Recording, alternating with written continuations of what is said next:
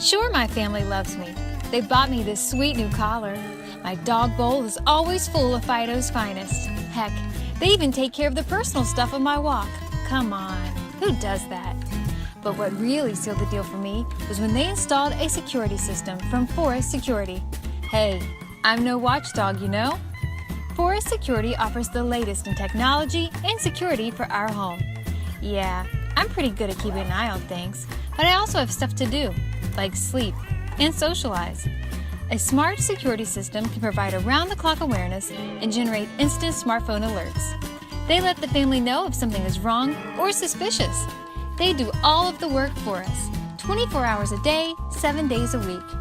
You know what they say, you can't trust a dog to watch your house or your sandwich. Call Forest Security today. Call us today at 708-452-2000 or visit forestsecurity.com.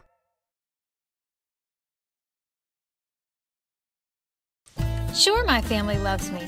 They bought me this sweet new collar. My dog bowl is always full of Fido's finest. Heck, they even take care of the personal stuff on my walk. Come on, who does that? But what really sealed the deal for me was when they installed a security system from Forest Security. Hey, I'm no watchdog, you know? Forest Security offers the latest in technology and security for our home. Yeah, I'm pretty good at keeping an eye on things, but I also have stuff to do, like sleep and socialize. A smart security system can provide around-the-clock awareness and generate instant smartphone alerts. They let the family know if something is wrong or suspicious. They do all of the work for us, 24 hours a day, 7 days a week. You know what they say, you can't trust a dog to watch your house or your sandwich. Call Forest Security today. Call us today at 708-452-2000 or visit forestsecurity.com.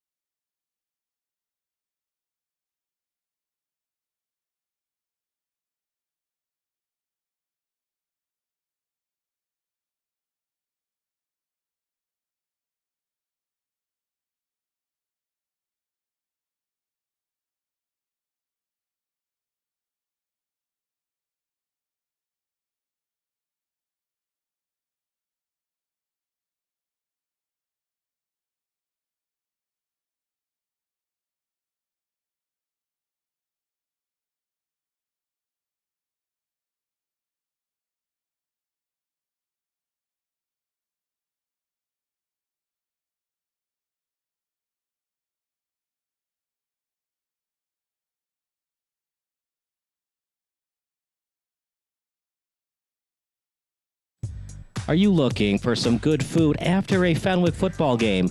Then head on over to O'Sullivan's Public House. Located on Madison Street in Forest Park, O'Sullivan's Public House has daily drink specials alongside a year-round beer garden. Open daily from 11 a.m. to 1 a.m. O'Sullivan's PH offers dinner until 10 p.m. Even cooler, O'Sullivan's offers a late-night menu until 11:30 p.m. on Fridays and Saturdays. On the weeknights, O'Sullivan's has a late-night menu until 11 p.m. And for the fall season, O'Sullivan's will offer 20% off food for athletes and coaches following home Fenwick games. For more information, go online to o'sullivansfp.com.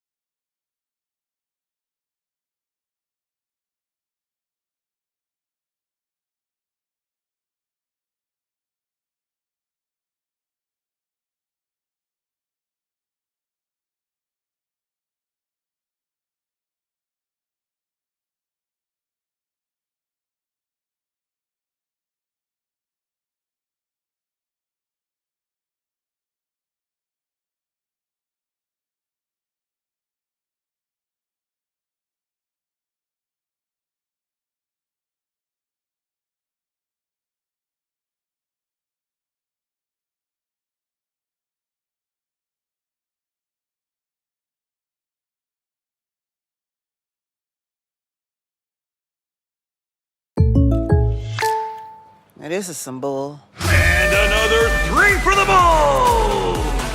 Oh, like a good neighbor, State Farm is there. State Farm's here to help. Like a good neighbor, State Farm is there.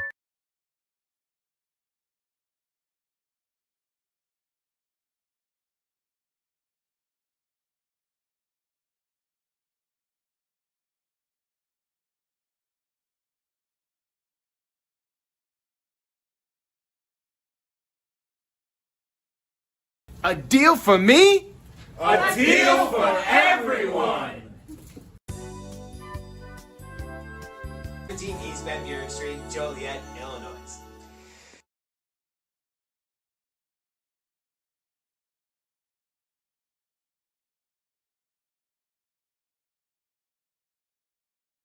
At Quick Trip, we're known for our fresh and delicious food and our dedication to providing the best customer service. Did you know it takes more than 34,000 dedicated, hard-working people bringing their best every day to make that happen? Quick Trip wants to thank all our co-workers for their tireless hard work and dedication to making a difference in someone's life. Hey, join us in saying thank you to the family of co-workers known for their love of community and treating everyone like family.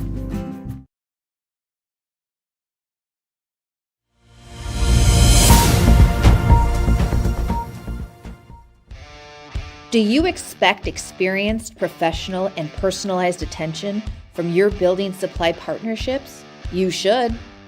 Are you getting the specific attention you need to help your business grow? You can. Introducing IHSA Roof Pro and Grow through Richards Building Supply. As a professional small business, you need real solutions to achieve your desired growth outcomes. This requires more than sample boards, pricing, and on-time delivery, which sets the bar too low. You need more. To grow and win in this ultra-competitive environment, you need ultra-competitive solutions. With Richards Building Supply, get the personalized attention you deserve and need. Take advantage of incredible first-time user incentives. Gain discounted access to a host of our industry's most reputable marketing tools through a Roof Pro membership. And that's just the beginning.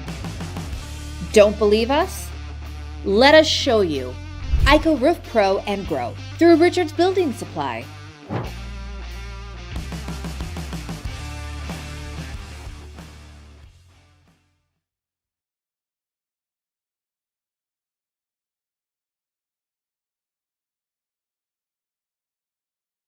Illinois' top-ranked orthopedic and spine practice, Midwest Orthopedics at Rush, is now in Joliet. See a world-class specialist close to home.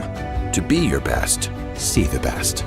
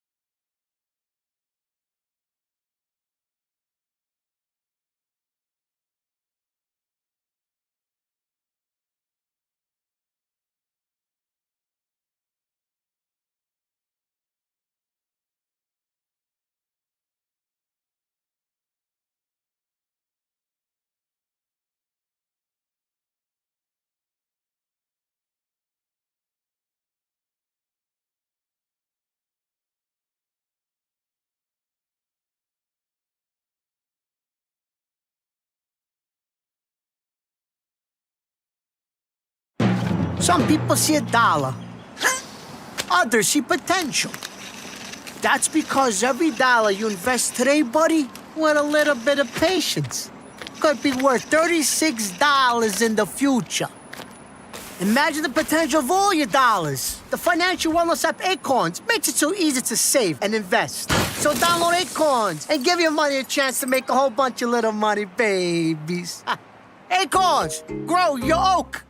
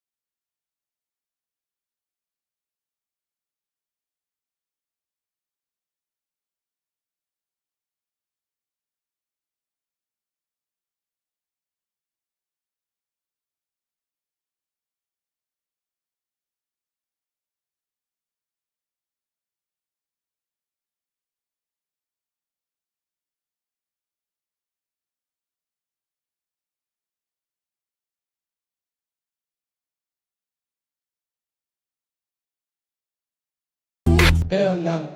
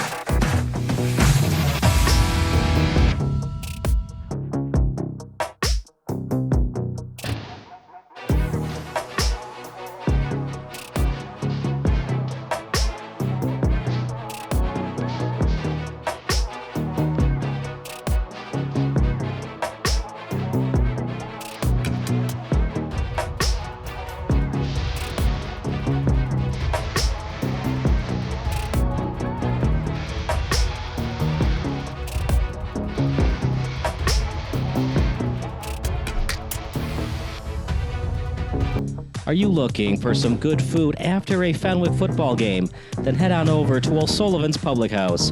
Located on Madison Street in Forest Park, O'Sullivan's Public House has daily drink specials alongside a year-round beer garden. Open daily from 11 a.m. to 1 a.m. O'Sullivan's PH offers dinner until 10 p.m. Even cooler, O'Sullivan's offers a late-night menu until 11:30 p.m. on Fridays and Saturdays. On the weeknights, O'Sullivan's has a late-night menu until 11 p.m. And for the fall season, O'Sullivan's will offer 20% off food for athletes and coaches following home Fenwick games. For more information, go online to o'sullivansfp.com. Sure, my family loves me. They bought me this sweet new collar. My dog bowl is always full of Fido's finest. Heck, they even take care of the personal stuff on my walk. Come on, who does that? But what really sealed the deal for me was when they installed a security system from Forest Security. Hey, I'm no watchdog, you know? Forest Security offers the latest in technology and security for our home. Yeah, I'm pretty good at keeping an eye on things, but I also have stuff to do, like sleep and socialize. A smart security system can provide around-the-clock awareness and generate instant smartphone alerts. They let the family know if something is wrong or suspicious. They do all of the work for us, 24 hours a day, 7 days a week. You know what they say, you can't trust a dog to watch your house or your sandwich. Call Forest Security today. Call us today at 708-452-2000 or visit forestsecurity.com. Are you looking for some good food after a Fenwick football game? Then head on over to O'Sullivan's Public House. Located on Madison Street in Forest Park, O'Sullivan's Public House has daily drink specials alongside a year-round beer garden. Open daily from 11 a.m. to 1 a.m. O'Sullivan's PH offers dinner until 10 p.m. Even cooler, O'Sullivan's offers a late-night menu until 11:30 p.m. on Fridays and Saturdays. On the weeknights, O'Sullivan's has a late-night menu until 11 p.m. And for the fall season, O'Sullivan's will offer 20% off food for athletes and coaches following home Fenwick games. For more information, go online to o'sullivansfp.com.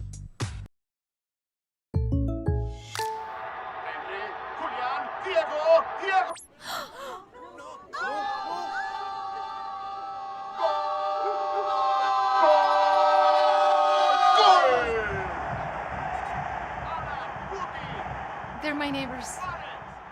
Come on in, guys. Bringing fans together. State Farm, official sponsor of Liga MX. Like a good neighbor, State Farm is there.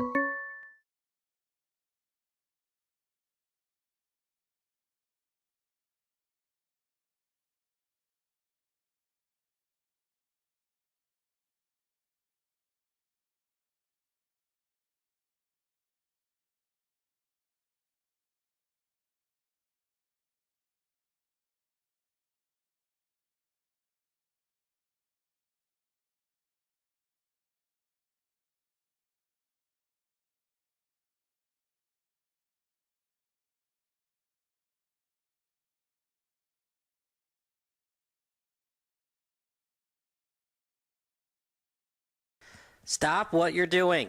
If your SBS broadcast looks blurry on your laptop or desktop, do the following steps. Number 1, click on the wheel icon at the bottom right of your screen. Then click on quality. Click on the highest quality that's available for you. And number 3, wait for your laptop to load and enjoy the broadcast. If your broadcast looks blurry on your phone or tablet, do the following steps. Number 1, click on the wheel icon located at the top right of your screen. Number 2, click on advanced. And number 3, click on the highest quality available. If you're still having issues, type in the live chat. Thanks and enjoy the game.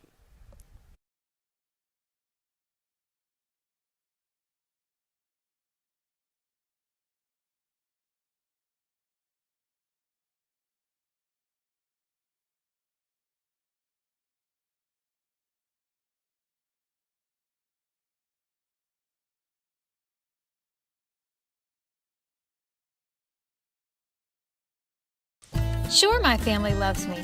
They bought me this sweet new collar. My dog bowl is always full of Fido's finest. Heck, they even take care of the personal stuff of my walk. Come on, who does that? But what really sealed the deal for me was when they installed a security system from Forest Security. Hey, I'm no watchdog, you know? Forest Security offers the latest in technology and security for our home. Yeah, I'm pretty good at keeping an eye on things, but I also have stuff to do, like sleep and socialize. A smart security system can provide around-the-clock awareness and generate instant smartphone alerts. They let the family know if something is wrong or suspicious. They do all of the work for us, 24 hours a day, 7 days a week. You know what they say, you can't trust a dog to watch your house or your sandwich. Call Forest Security today. Call us today at 708-452-2000 or visit forestsecurity.com. Welcome to the pregame show brought to you by O'Sullivan's Public House. I'm Kyle Smith alongside the SBS Man of the Hour, the quarterback for Fenwick, Jamin Williams. Jamin, it's the Battle of Oak Park. Fenwick against OPRF. You guys have beat them the last 2 times, and you're looking for the quote-unquote sweep today. Yeah. It's very important. We all know how this game is. This is a crosstown rivalry. So we just got to do what we do, just play Fenwick football, and then we'll come out on top.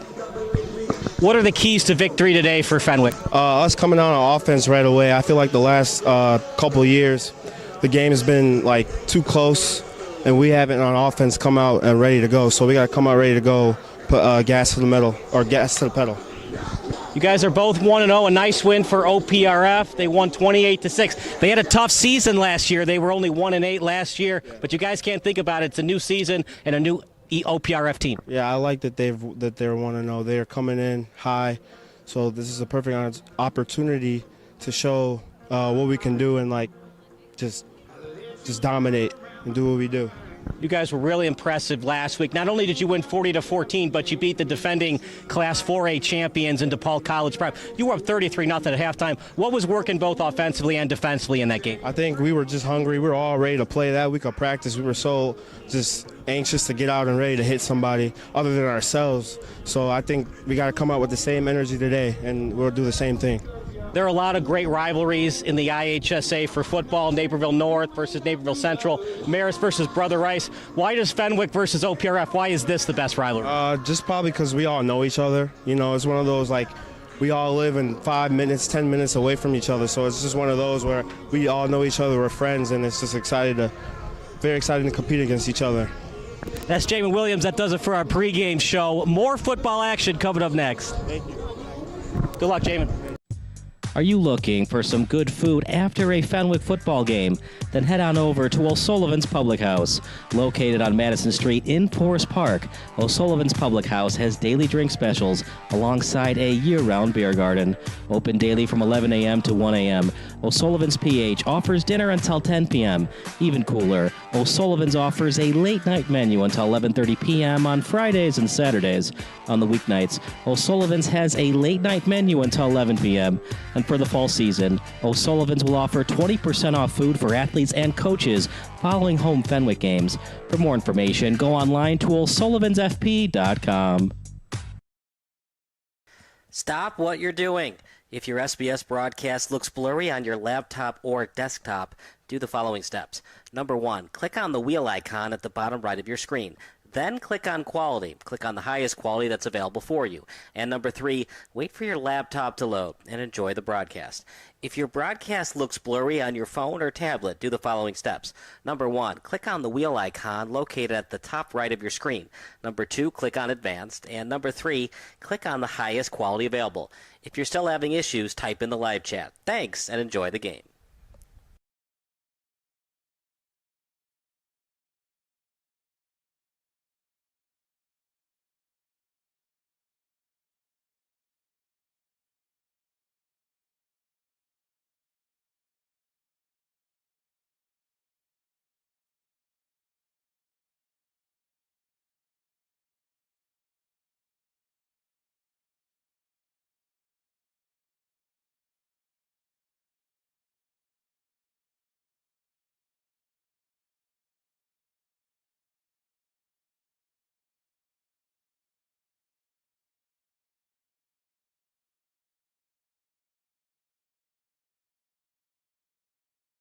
Sure, my family loves me.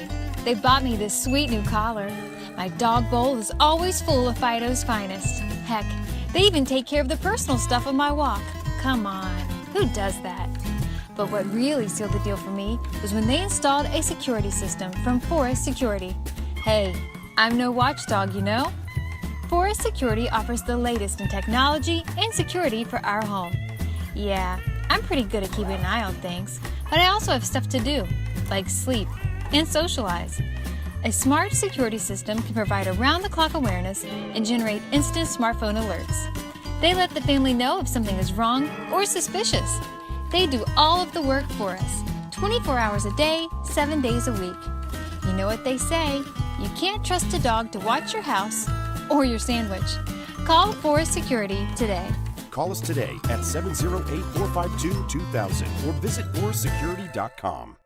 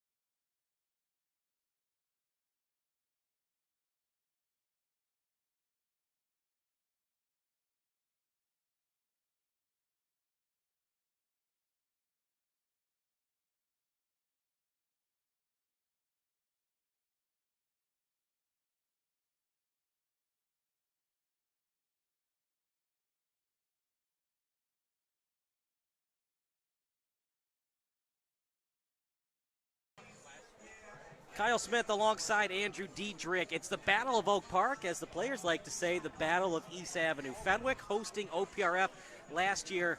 Fenwick was at Memorial Stadium in Oak Park. They dominated OPRF in the last two seasons, 2023 and 2024. It's a new season, and OPRF, Andrew, they look good in their opening game against Rich Township. Yeah, while these two teams have been trending in opposite directions the past couple seasons, OPRF has already met their win total from the previous two seasons. Rich Township, they defeated them 28-6. The guy to watch out for in the offensive end, Liam Smith, 23 carries, 119 yards, 2 touchdowns, one of many weapons that has rejuvenated this Husky offense. What is your prediction in this one? I like Fenwick. I know they went to the playoffs last season. They lost in that heartbreaker, the last second field goal by Downers Grove North, 13-10 final defeat in the round of 16. OPRF coming off a season, they only won one game last year, but that was 2024. This is 2025. They look good against Rich Township, but the Raptors are different from the Friars. And no matter what happens, it's going to be an absolute slugfest, bloodbath, whatever cliche term you want to throw at it. Both of these teams separately, in their postgame interviews after their wins last week, mentioned how this game kind of feels like the Super Bowl right now. It was Liam Smith of the Huskies who said this game is for who owns Oak Park, whoever wins this game. Smith also laid out 2 goals for his team in the preseason. 1 was to make the playoffs, 2 was to beat Fenwick. Whatever we're going to see, it's going to be a hard-fought football game, Kyle. I like Fenwick in this one, 28-21. What say you? I do think it's going to be closer than a lot of people would say from the outside looking in. That rivalry factor adds a lot to it. Although Fenwick does have home field advantage, and I do think they're the more talented team, it's going to be closer than a lot of people think. Fenwick wins this one by 2 scores, however. All right. Well, I like your prediction. I think mine, I think it's going to be closer than yours, but we'll see. We're going to take a quick break. More Fenwick against OPRF action coming up next. So what you do is you Sure, my family loves me. They bought me this sweet new collar. My dog bowl is always full of Fido's finest. Heck, they even take care of the personal stuff on my walk. Come on, who does that? But what really sealed the deal for me was when they installed a security system from Forest Security. Hey, I'm no watchdog, you know? Forest Security offers the latest in technology and security for our home. Yeah, I'm pretty good at keeping an eye on things, but I also have stuff to do, like sleep and socialize. A smart security system can provide around-the-clock awareness and generate instant smartphone alerts. They let the family know if something is wrong or suspicious. They do all of the work for us, 24 hours a day, 7 days a week. You know what they say, you can't trust a dog to watch your house or your sandwich. Call Forest Security today. Call us today at 708-452-2000 or visit forestsecurity.com.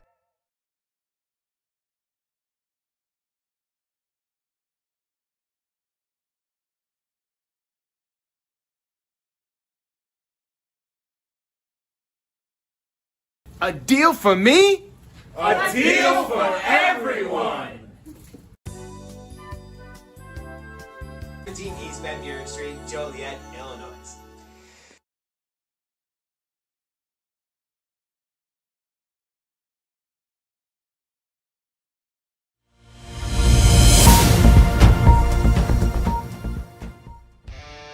Do you expect experienced, professional, and personalized attention from your building supply partnerships? You should. Are you getting the specific attention you need to help your business grow?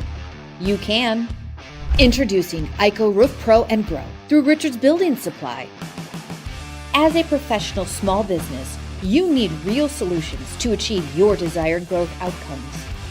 This requires more than sample boards, pricing, and on-time delivery, which sets the bar too low. You need more. To grow and win in this ultra-competitive environment, you need ultra-competitive solutions. With Richards Building Supply, get the personalized attention you deserve and need. Take advantage of incredible first-time user incentives. At Quick Trip, we're known for our fresh and delicious food and our dedication to providing the best customer service. Did you know it takes more than 34,000 dedicated, hardworking people bringing their best every day to make that happen? Quick Trip wants to thank all our coworkers for their tireless hard work and dedication to making a difference in someone's life. Hey, join us in saying thank you to the family of coworkers known for their love of community and treating everyone like family.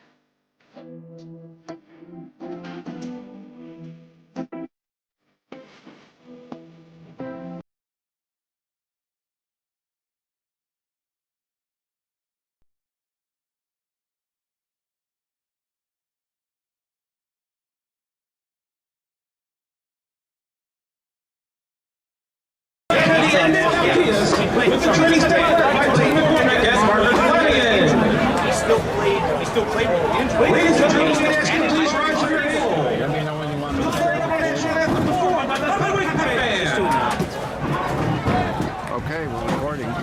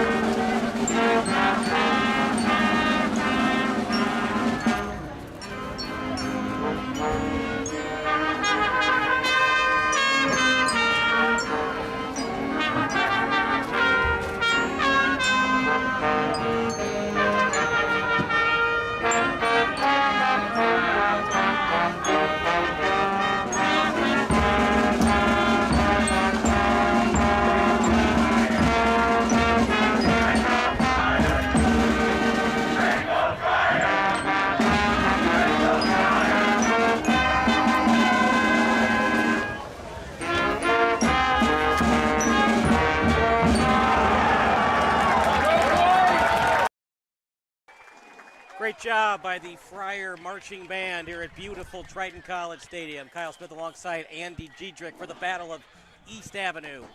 OPRF in the white and navy blue, Fenwick in the black and white as the banner about to be risen. Home football is about to begin at beautiful Triton College Stadium for the Friars. And what a beautiful night for it, too. You know, we're only in a week 2, but Mother Nature's really caught up that it's football season, Kyle. I mean, it's probably mid-60s right now, only going to get cooler as time goes on. Man, you can just feel the excitement in the air here.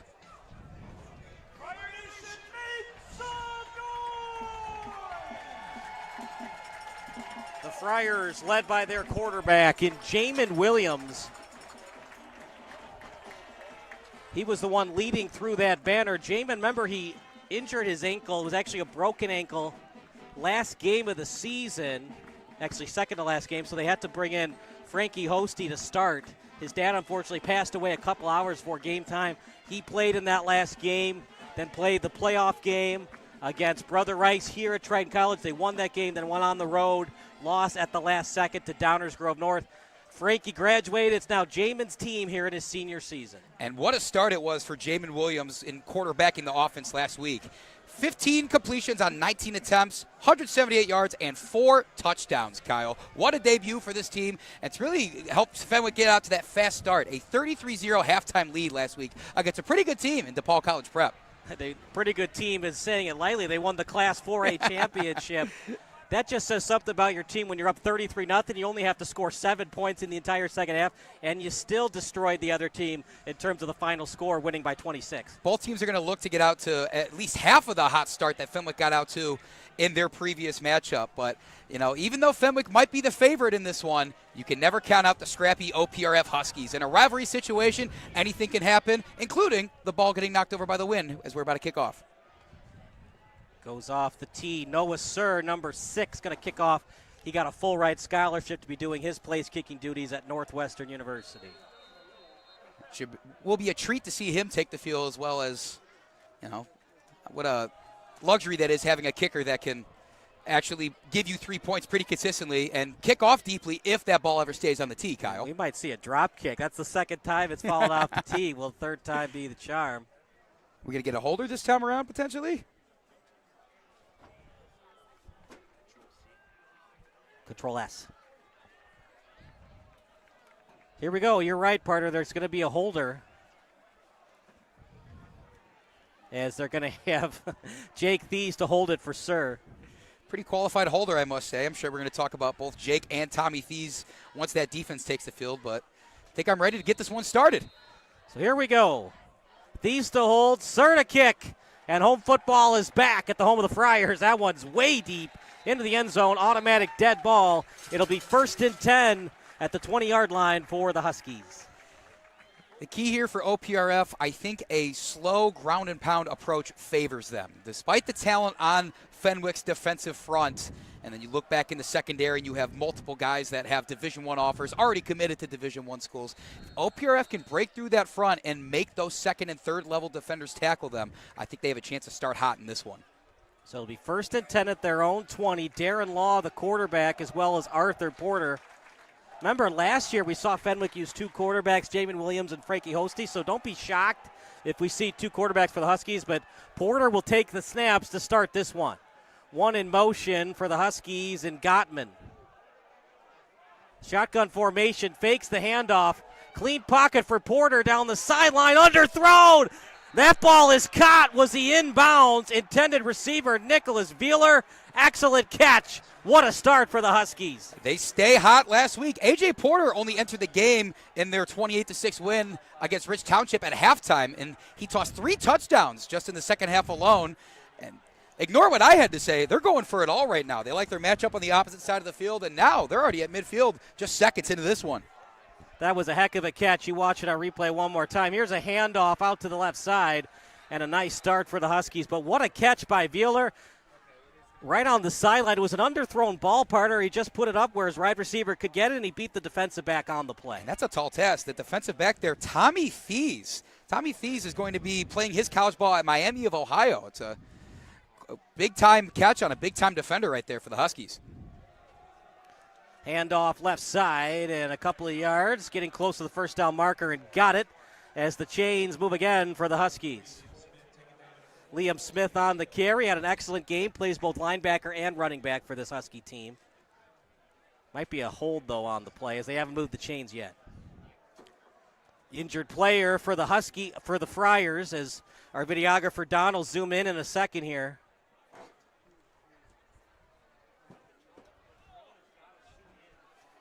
Potentially see on his shoulder pad that may be number 3. That's Jimmy Banakdar, tight end, defensive lineman. Going to graduate next year, the junior. Nice start for the Huskies. Look, this is a huge game for the Huskies. You could make the arguments even bigger for OPRF. They've been dominated in back-to-back years by their arch rival in Fenwick. Now they're on Fenwick's home field, and they might be a little ticked off. It's not a full crowd for OPRF thus far. So maybe the Husky faithful, the Husky players trying to take it to the OPRF faithful. Hey, if you're not going to get here right on time, we're going to throw a touchdown pass on the first couple of plays. And got to credit, both student sections, but looking across, I could see the vast OPRF Husky student section. I think is overflowing that section a little bit and is up on the fence now.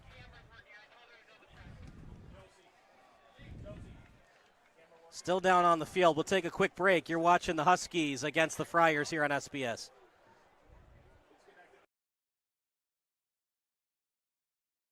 Sure, my family loves me. They bought me this sweet new collar. My dog bowl is always full of Fido's finest. Heck, they even take care of the personal stuff of my walk. Come on, who does that? But what really sealed the deal for me was when they installed a security system from Forest Security. Hey, I'm no watchdog, you know. Forest Security offers the latest in technology and security for our home. Yeah, I'm pretty good at keeping an eye on things, but I also have stuff to do, like sleep and socialize. A smart security system can provide around-the-clock awareness and generate instant smartphone alerts. They let the family know if something is wrong or suspicious. They do all of the work for us, 24 hours a day, 7 days a week. You know what they say, you can't trust a dog to watch your house or your sandwich. Call Forest Security today. Call us today at 708-452-2000 or visit forestsecurity.com.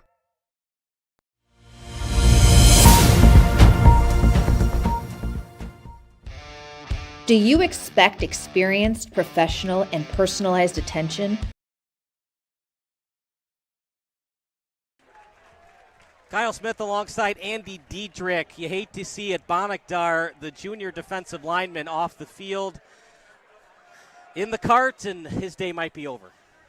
Yeah, he is a junior, so hopefully even if that is a severe injury for him, he'll still have some time to take the field. But, man, for Fenwick, a couple big plays from OPRF and then seeing one of your own go down, not an ideal start for the Friars. So first and 10 for the Huskies at the Friar 41. Shotgun formation as that pass to the sideline. Completed. Excellent open field tackle, though, by Thies. Completed to Taylor. And that might be a statement from Fenwick to pick up their teammate in Bonigdar. Yeah, I mean, I don't know if it's a wake-up call. I don't know if they just needed a burst of energy. But Tommy Thies is going to be a name you're going to hear a lot from us up here in the booth, and that's the first time of many he makes quite an energetic tackle. Anytime that Porter has time, we saw it last week against the Raptors in the first play of this game, he's going to kill you. Trying to get the Friars to be drawn offside. Closest to doing so is 9 and Thies. And this is a quarterback keeper. Doesn't get a lot. And a nice tackle that time by Luke Leone. So third and long coming up here. Andy, what do you want to do if you're Porter? You have a mobile quarterback. Porter that's one of the reasons that his head coach in John Horster likes having Porter out there. You have to be able to give him options, right? Not only in just terms of downfield targets, but the opportunity to run. Right now they're going to play with pace, come out in the pistol, maybe roll him out to that far side of the field, see what he can make in that trips.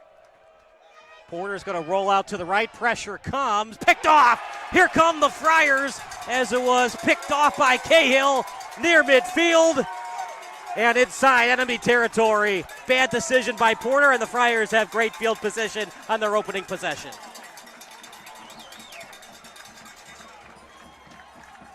Yeah, we'll take a look back at it, and Porter rolling to his right, perhaps feeling the pressure behind him. I think he had a window there to throw to his man downfield on that deep crosser. A bit of an underthrow, kind of a duck in the air, and Fenwick is all the better off for it. So Fenwick's going to start their first possession basically at midfield, Kyle. This could be another fast start for the Friars. So they're going to say that forward progress was stopped just before midfield. As a handoff from Williams up the middle, they go A-gap, and a nice first gain for the Friars. And it looked like the Huskies had a good start. That time a handoff to Thies. We're going to see both Tommy and Jake a lot today running the football. And both of them getting their hands on the ball multiple times, whether it's on offense or defense. Their coach in Matt Battaglia having to say we have to limit their touches on both sides of the ball because they're so impactful for us. Clean pocket for Williams. He's going to go deep with it. Breaks off a down. And that's going to be a touchdown pass. Jimmy Watts. How about that? 2 plays. Touchdown Friars. An interception to start the drive. Absolute excellence for the Friars. And a horror start for the Huskies. Fenwick, a perfect response to that big play from the Huskies to open things up. You get a turnover, you get a nice run to set things up, and you just trust your guy and one-on-one coverage. Hits him with the show. The go route leaves the defensive back in the dust. Friars are up early in this one. Yeah, Chris Crapey just lost and confused on that double move. I could have caught that pass, how open Jimmy Watts was. Touchdown pass for the Friars. I mean, this is a gimme for sure. Yeah, looking back at that play, not only do you have to credit Jimmy Watts for his first touchdown catch of the year, but Jamie Williams selling that route as soon as Watts stopped about 7 yards down the field for the hook, gave him the pump fake. Jamie Williams did the rest. Fenwick's up 6. We'll call it 7.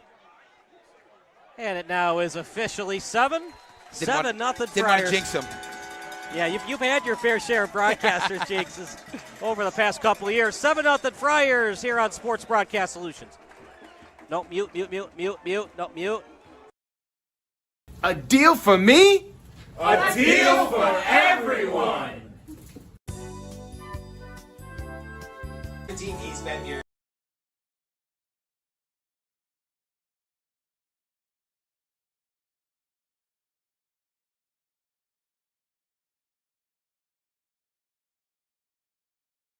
Sure, my family loves me. They bought me this sweet new collar. My dog bowl is always full of Fido's finest. Heck, they even take care of the personal stuff of my walk. Come on, who does that? But what really sealed the deal for me was when they installed a security system from Forest Security. Hey, I'm no watchdog, you know?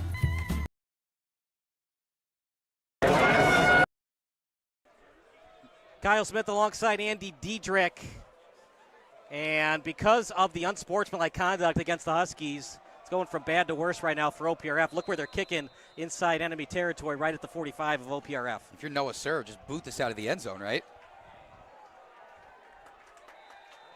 Honestly, partner, because they were in enemy territory, I wouldn't have been shocked if they tried to run an onside kick, because even if OPRF returns it, it's at the 35, similar to an illegal procedure on a bad kickoff. And what a way to start that would be if Fenwick followed up a interception, quick touchdown with getting the ball back into that explosive offense. But I understand to be conservative. You gain 15 yards by booting it through the end zone, and maybe you give some of the momentum back for OPRF if they recover an onside kick. I think you have enough athletes in your defensive unit right now to go out and out-muscle the Huskies as they try to get back in this one. They got a long field ahead of them, Kyle. Porter looked good. First pass completed on the left sideline. And it'll be a handoff up the middle, not getting much. First report by Ryan Haywood. Ryan, it didn't take long for the Friars. 2 plays and a touchdown pass. Yeah, a lot has happened in the last few minutes. Now, Fenwick Junior D lineman Jimmy Bonakdar did get carted off, as you all had seen earlier in the broadcast. It is a right knee injury. Of course, he is being attended by the training staff. He's got ice on his right knee. There's no timetable for his return, but we'll keep an eye on him. Ryan, thank you so much. We'll see you later on in the game. 7-0 in favor of the Friars. As this is going to be a reverse. Stiff arm action, a nice one by Davis. He gets out to the edge and a hit near the sideline, but Davis gets a lot on that reverse. And some breathing room coming up for the Huskies. I like that play design there. They're trusting their athletes to make plays. You have a couple guys pulling on that far side for Davis to run in that reverse, but you leave Cahill unblocked knowing that Davis has the speed to get to the outside. Didn't give him a huge gain, but enough to get a first down. First downs weren't the problem on that opening drive by the Huskies. It was just maintaining it. This time they run Wildcat and a lot of positive yards. Running Wildcat that time was Liam Smith, the junior linebacker / running back. And look, if you're OPRF, let's just limit the damage here. Let's get some first downs. We don't necessarily have to score points, but we got to win the field position battle because right now we're losing the game and the field position battle. Yeah, looking back to the first play of the game, it's certainly alluring to try and throw that go route again, a deep ball to really put a dent in the field that they have in front of them, but they could just put together some sort of drive, come away with at least a few points. Ground and pound right now. They're attacking that A-gap, these D tackles, knowing that Bonakdar, his day is possibly over. Always attack where the potential weakness is, but always got to be careful about that, right? Bill Belichick, next man up. You try to attack the cornerback, and then Malcolm Butler intercepts it at the 1-yard line. You think Malcolm Butler's the weak link, and not so fast, my friend. Ooh, I sure hope no Seahawks fans are tuning into this Illinois football broadcast tonight, Kyle. Giving them nightmares. You know, what's crazy about that, we'll talk about it after this play, but there was a play where they handed it off to Jerome Bettis, the Steelers did, and he fumbled the football. We'll talk about that after this play. 3rd and 1 at the 41 of the Huskies. High snap, but a good run. Still on his feet. Excellent job by Veeler. How about that? He's got a big catch for a first down and now a run for a first down. Motion over, had a lead blocker heading through the hole, and Liam Smith, of course, is the name to watch out if you're the Fenwick defense. As I mentioned before, had quite the day last week. 23 carries, 119 yards, a rushing touchdown, and a receiving touchdown. He's continuing to put out some good output here.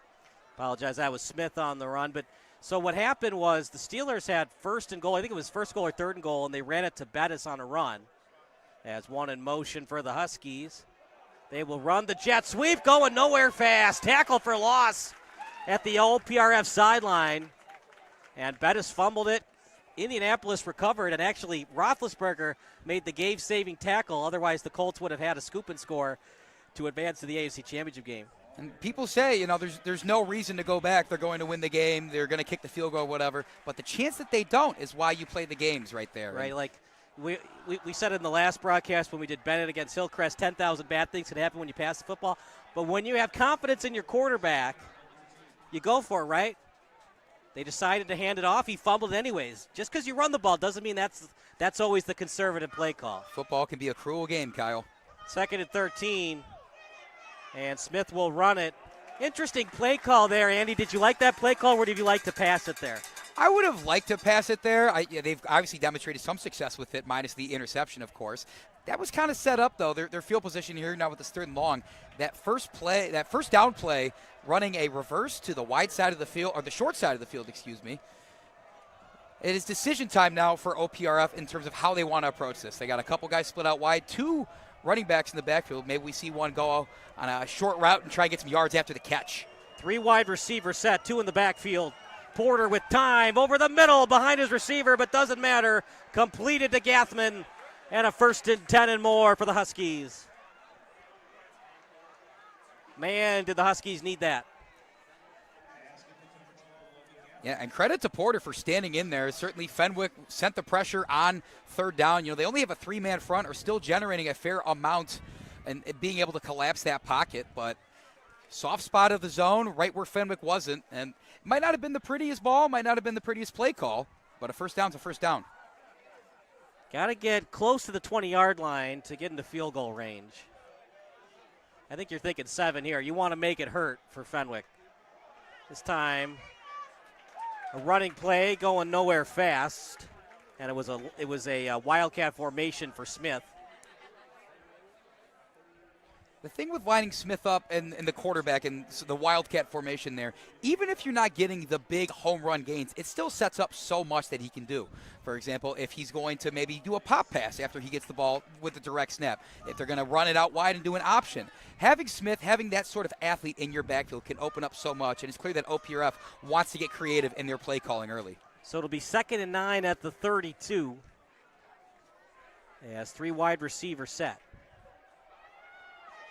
And a handoff off the left side. Great penetration by the Fenwick Friars. And another 3rd and long coming up for OPRF.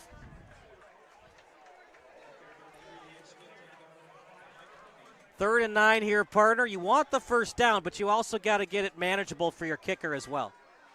You need some sort of yards here. And when I say that, the thought immediately goes to running the ball. Clearly that didn't work on the first couple downs. We'll see what they do. The Fenwick fans are sure getting loud in this 3rd down, Kyle. Well, it's an obvious passing situation, one would think, but do they dare to do another reverse? This time Porter with a very clean pocket. He'll roll to the left, and he'll take it himself. Helps out his kicker, but well short of the 1st down. Andrew, decision time here for Coach Horster. Field goal or a pooch punt? You're forgetting about the secret 3rd option, leaving his offense out there and trusting them to get 5 yards here, and I think that's exactly what they look to be doing. I don't know. I think I disagree with this. You finally got the momentum back. You have a chance to either kick the field goal or try to pin him deep. Then again, if you don't get it, it's inside the 30. 4th and a very long 5. They got to get to the 23. Hard count from Porter. Friars not fooled. Showing blitz is Fenwick. That's important. They showed blitz on the last play and did not bring it. This time, though, OPRF's going to think about this one over a timeout. We'll take a timeout as well. It's 7-0 Fenwick here on SBS.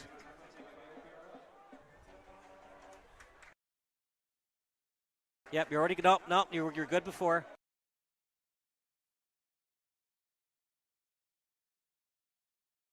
At Quick Trip, we're known for our fresh and delicious food and our dedication to providing the best customer service. Did you know it takes more than 34,000 dedicated, hardworking people bringing their best every day to make that happen? Quick Trip wants to thank all our coworkers for their tireless hard work and dedication to making a difference in someone's life. Hey, join us in saying thank you to the family of coworkers known for.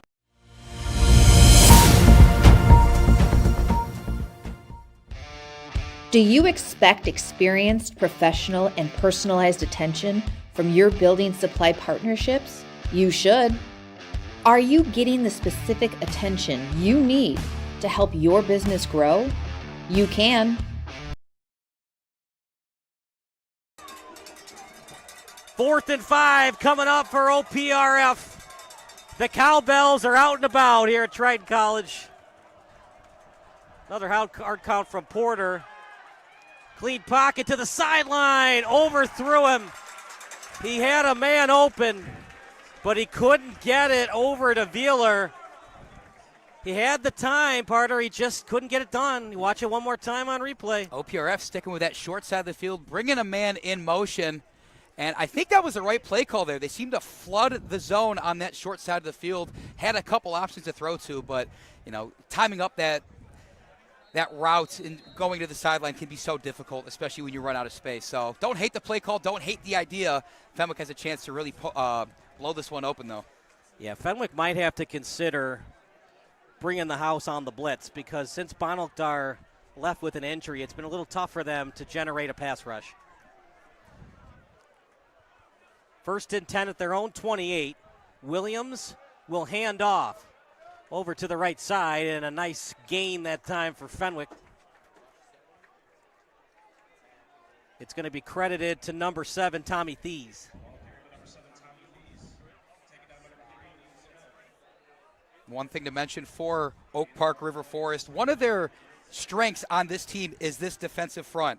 John Horster has credited his defensive front. Nose tackle Ben Lambie, defensive ends Connor Crumry and Caleb Collins are vital to this team. They're the three up front there. They're going to have to get some pressure to force something in this one. Williams will take it himself. He gets to the edge. He'll be fast to 40, past midfield, and he's forced out of bounds. That is not a late hit, by the way. And a nice tackle that time by Crumry. Dangerous decision by Williams. When you're that close to the sideline, just get out of bounds, right, partner? I think so, but as we saw all of last year before he got hurt, Jamin Williams is not about self-preservation. He wants as many yards as he can, and he doesn't matter what the consequences are. Brilliant way to get out of harm's way, and when those defensive ends were crashing in, another 1st and 10 for Fenwick in Husky territory.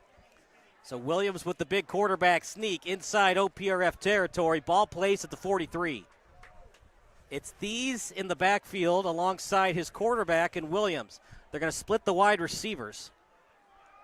One in motion for Fenwick. Williams with time. Here comes the screen. Past the 40 and then forced out of bounds. But another positive completion for Fenwick. Those screen plays can go one of two ways. Either you look pretty silly for calling it when the defensive backs have a beat on it and get you in the backfield, or you look pretty smart when it's a nice little bubble screen, get you 5 yards, blockers in front of you. Fenwick kind of giving OPRF a bunch of different looks offensively, and it's led to some pretty good success so far. 2nd and 4 at the 37. Once again, another new look for Fenwick. The empty set with Williams in the backfield alone.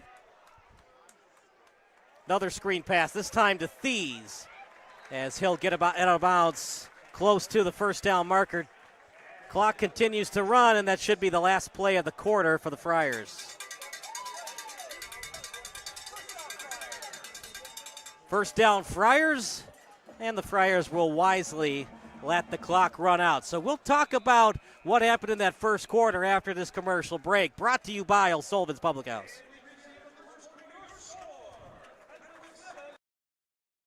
O'Sullivan's, yep, go. Are you looking for some good food after a Fenwick football game? Then head on over to O'Sullivan's Public House. Located on Madison Street in Forest Park, O'Sullivan's Public House has daily drink specials alongside a year-round beer garden. Open daily from 11 a.m. to 1 a.m. O'Sullivan's PH offers dinner until 10 p.m. Even cooler, O'Sullivan's offers a late-night menu until 11:30 p.m. on Fridays and Saturdays. On the weeknights, O'Sullivan's has a late-night menu until 11 p.m. And for the fall season, O'Sullivan's will offer 20% off food for athletes and coaches following home Fenwick games. For more information, go online to o'sullivansfp.com.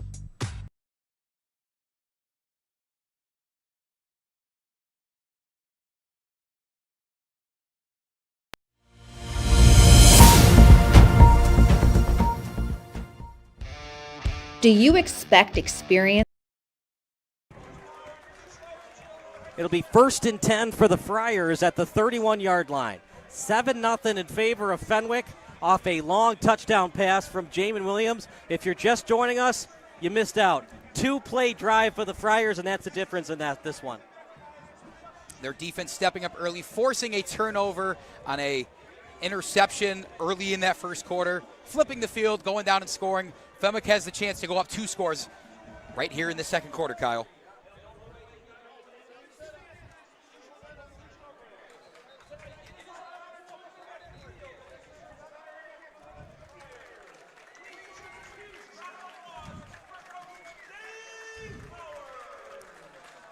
As a big round of applause for head coach Dave Powers. He's the legendary former girls basketball coach. Enjoying retirement. I'm envious of him.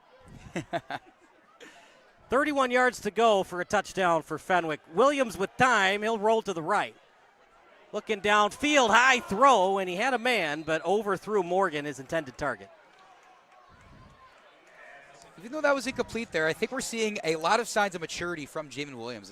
Last year had a tendency where if he didn't have his first 2 reads open, he was tucking and running regardless. They're able to feel out the pressure, escape, find his man. Bit of a high throw, but Jamin Williams has been tremendous so far. So I think Fenwick has 0 doubts that he's going to continue to be great. 2nd and 10 at the OPRF 31. Another hard count from Williams. You're going to see that early on in the season. See if you can get these guys to bite. Later on in the season, quarterbacks won't do it as much as these guys become more disciplined as the season continues. Williams with time, and not anymore. Sack for the Huskies. Nice job getting penetration. And that was Ben Lambie. That is somebody called out by name by head coach Horster, and we saw it there. I mean, that's a nose tackle getting in there with that sort of speed and bringing down Jamin Williams, who's quite the athlete himself. You see why the strength of this team is in their front 3 or 4 for the Huskies. Yeah, if you're going to get your quarterback sack, you'd like it to come from the defensive ends, never up front where he has no time to escape from it. Yeah, Fenwick has a couple returners on the offensive line, but it's always a little concerning when the interior is able to get to the field general. 3rd and 19 might be a conservative play call here from Battaglia. Williams in the pocket, pressure comes, and he somehow escapes it. He'll get a couple of yards to help out his punter. And actually, partner, now that I think about it, the sack might have actually helped the punter because now you're inside the 40, and it's a harder punt to get it inside the 10. If the punt is past the 50, it's a little bit easier for the punter because he's got more room to work with on a kick. Yeah, sometimes you'll see teams intentionally take a delay of game penalty here just to give them some more room. Don't know if that's going to happen here. That happens a lot of times when it's like 4th and 3, 4th and 4, not 4th and 18. A country mile, whatever you want to call it. But Fenwick's still in good shape here. If they could pin the Huskies deep, I think it bodes well for their defense, who's played well already. Good thing about not taking the sack, you don't take a hit. The quote-unquote bad thing, well, you put Sir in a little bit tougher situation to try to pin him inside the 10. This kick, pretty decent one, and an excellent decision that time from OPRF's Daniel Gathman to allow that to go into the end zone. Otherwise, they would have been inside their own 5-yard line. Good job faking the fair catch. That's just good fundamentals. You know, all you want out of a punt returner at the very least is to not drop the ball. But when they can do stuff like that, it just adds all the difference. So after all that, Andrew, 2-play drive, all OPRF has to think about, we're only down a touchdown. A lot of bad things have happened to us in this first half, but at the end of the day, we're only down 7. I think that defensive stand right there really re-energized him. The quarter break, that defensive line went out there and did their job. Now can Porter and the offense do theirs? Got 80 yards to go for a touchdown. Hand off to Smith as he gets to the edge. He's going to be dead tired after this one, playing both linebacker and running back. He was a workhorse last week, and I think he's going to probably need double the effort this week to hang with the Fenwick Friars. And credit to Fenwick for being able to contain him so far. But OPRF, Kyle, really favoring that short side of the field when they really have all this real estate on this near side to do something with. They're really sticking with side of the field that's by their own sideline. Yeah, Smith, good running back. He's not necessarily Devin Hester. So, he's going to try to get those short gains a little bit more than those Barry Sanders runs where he would go from east to west coast. And nice job by Thieves in the defense. Good pursuit. Third and medium coming up. What do you want to do here if you're Coach Horster? I think just because of the success you've had running the ball, passing the ball hasn't been poor for them, minus the one interception and the fourth down turnover. But I think you have to trust your offensive line, and whether you're handing the ball to Liam Smith, whether it's going to be a quarterback keeper or a read option, keep it on the ground here. Keep the ball away from the Fenwick Friars. 3rd and 4, ball at the 26. Almost an offside by the Friars. And let's see if the Huskies pull up all the stops and try to get them to go offside here. Fakes the handoff. Porter will get to the edge, but a huge hit. Oh, my goodness, taking him off the turf. What a hit that was. Watch it on replay in a second. Woo! That, my friend, was a football hit. Fakes the handoff. That was Thies with an absolutely ridiculous hit. Tommy Thies, welcome to the show. We've said his name a lot. We're going to continue to say his name. There's a reason he's going on to play Division I football at the next level. Beautiful fundamental hit that make every defensive coordinator in America smile. Playing his college football at the University of Illinois. No choice but to punt. Not a great one. Remember, Montgomery is a great returner, but it does take a friendly OPRF roll as it goes past the 30, close to the 28. Here we go, back and forth, becoming a field position battle, and that's advantage OPRF, the quote-unquote underdog in this one. The closer that game is, advantage OPRF. The more that Fenwick scores, advantage Fenwick. So Fenwick would like to put another touchdown on the board to kind of ease any of the hope that OPRF still has. Yeah, and Fenwick, of course, keeping it on the ground, getting good gains, but unable to punch it in after that first drive. Maybe they go back and air it out just a little bit to recapture that same success they had in the first drive. Right now for the Huskies, 15 rushes for 46 yards. Fenwick struggling running the ball, just 5 for 26. Passing the football. Good job for Fenwick. They're 3 of 4 for 68 yards. But remember, a lot of that was on one play. And we'll go to another report after this play as Williams outside the pocket directing traffic, and he got rid of it. Did he get past the line of scrimmage? If not, it's intentional grounding. Ryan Haywood, another report for us. 7-0 still in favor of Fenwick. Yeah, it used to be all the momentum for the Friars. Now you're starting to notice the sideline get really loud for OPRF. Now what I am hearing from their defensive coaches, they love the pressure that they are putting up right now, especially from that D-line. And again, the sacks, the pressure, so huge right now in a 7-0 ball game. Ryan, thank you so much. We'll see you in the third quarter. As nice pass by Williams. Might be a half yard short of the first down, completed to Cameron Garrett. And Ryan brought up a good point.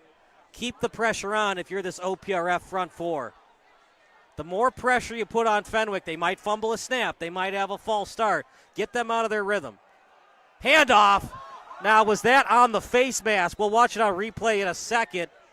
That's a huge call if they missed the face mask, but partner might have been below it. Yeah, luckily for Fenwick, no matter what, they're going to get the first down here. But again, of course, that being a 15-yard personal foul penalty, that's something that Coach Battaglia would certainly like, those extra yards. I don't know. It could have gone either way, Andy. I think it's a good no call. We'll trust the men in stripes on the field. Fenwick continues on with the drive, though, on their own 39. So it'll be 1st and 10 at the 38. As a handoff up the middle with room to run. Thies past midfield. And a 1st and 10 and more for the Friars. The hole there wasn't that big, but when you have an elite athlete like Jake Thies back there that's able to explode through those holes and turn those 3-4-yard gains into 10, 11, 12-yard gains, it makes all the difference. Here's a screen pass for the Friars, completed to Tomczak, past the 40, and close to another 1st down. Bend but not break for the Huskies. They broke once. Will they break again on this drive? And this is right where they made their defensive stand on the last drive, and it was all due to the efforts of their front couple guys who, a couple of them are going to get subbed out here, maybe get a break so they can perhaps feel rejuvenated for a potential goal line stand. Thomas France into the game now for OPRF, coming off the bench. One in motion, that's Garrett. Handoff right side to the right tackle. Thies still on his feet, past the 35. And the Friars getting to a rhythm right now with this running game. And motion can do so much for an offense, whether you're running or passing the ball in the play. That motion action from Garrett coming on the far side, that sets up the play action for a swing pass out to him. Maybe you get the safeties cheating up and can throw it deep. Either way, though, you got to be careful on every level of the game now, because Jake Thies, one broken tackle, he maybe had a lot more there. 32 yards away from the end zone. 1st and 10 for Fenwick. 3 wide receiver set. Williams, and he'll hand off to Thies and going nowhere fast. Well read by the Huskies as a double team on that tackle. Got to find a way to break through. Fenwick did it once, but that was really a broken coverage versus a great pass. Can they find holes in this OPRF defense as we get closer to the red zone? Now, if there's a time, it might be right now. Only one high safety. OPRF's going to stack the line a little bit, and they're going to play it quick. Here comes the pressure. A little dump-off pass, dangerous pass, by the way, as there were defenders around, including Pierre Nelson, the senior defensive lineman. And, man, Parter, if you're going to dump that pass off, you better know the defensive end is not near it, because if he is, A, your running back could get killed, B, it could be a pick. Yeah, Jamin Williams immediately after that, a little frustrated. Probably that he put it so close to being in harm's way there, but and we've seen him make up more than a couple throws tonight. He's a tremendous arm talent despite his size. And I'm sure they're going to dial up something for him on this 3rd and 11. Call it 11, yeah. Got to get to the 22. One in the backfield, 4 wide receiver set. Williams with time. Williams pump fake to the sideline. They got the 1st down as it was completed to Morgan. And he got a lot of nice yards after catch on that play as well. And an injury on the field. And Williams said a couple things to it. Hopefully it was good sportsmanship. Otherwise, that would have been taunting against Williams. Yeah, the referee was right there. It looks like it was all good-natured. Yeah, still looking over at the injured Husky. Who is that? It's Logan Gathman, the senior defensive back. We'll stick with the action. So 4:50 remaining.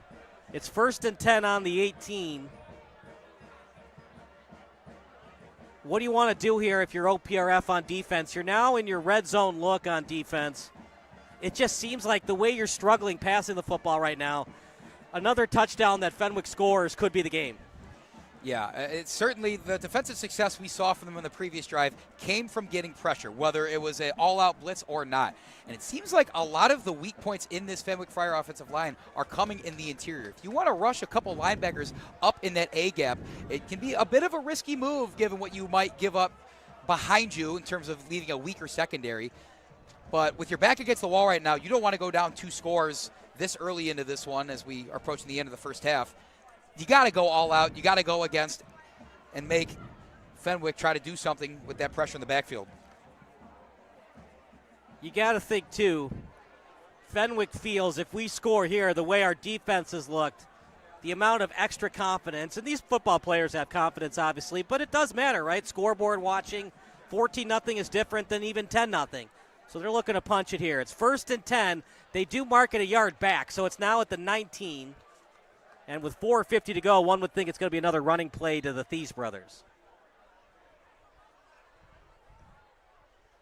Low snap. Williams fakes the handoff. Drop-off pass through the middle. Flag on the play. It's a touchdown for Fenwick, but it might be coming back. I think that's either a hold. I might have saw an offensive lineman downfield blocking on that one before the pop pass. I think that might have been number 56. Connor Wall that perhaps was doing his job a bit too far close to the goal line. You wonder, like, when they're that wide open, sometimes you think offensive pass interference.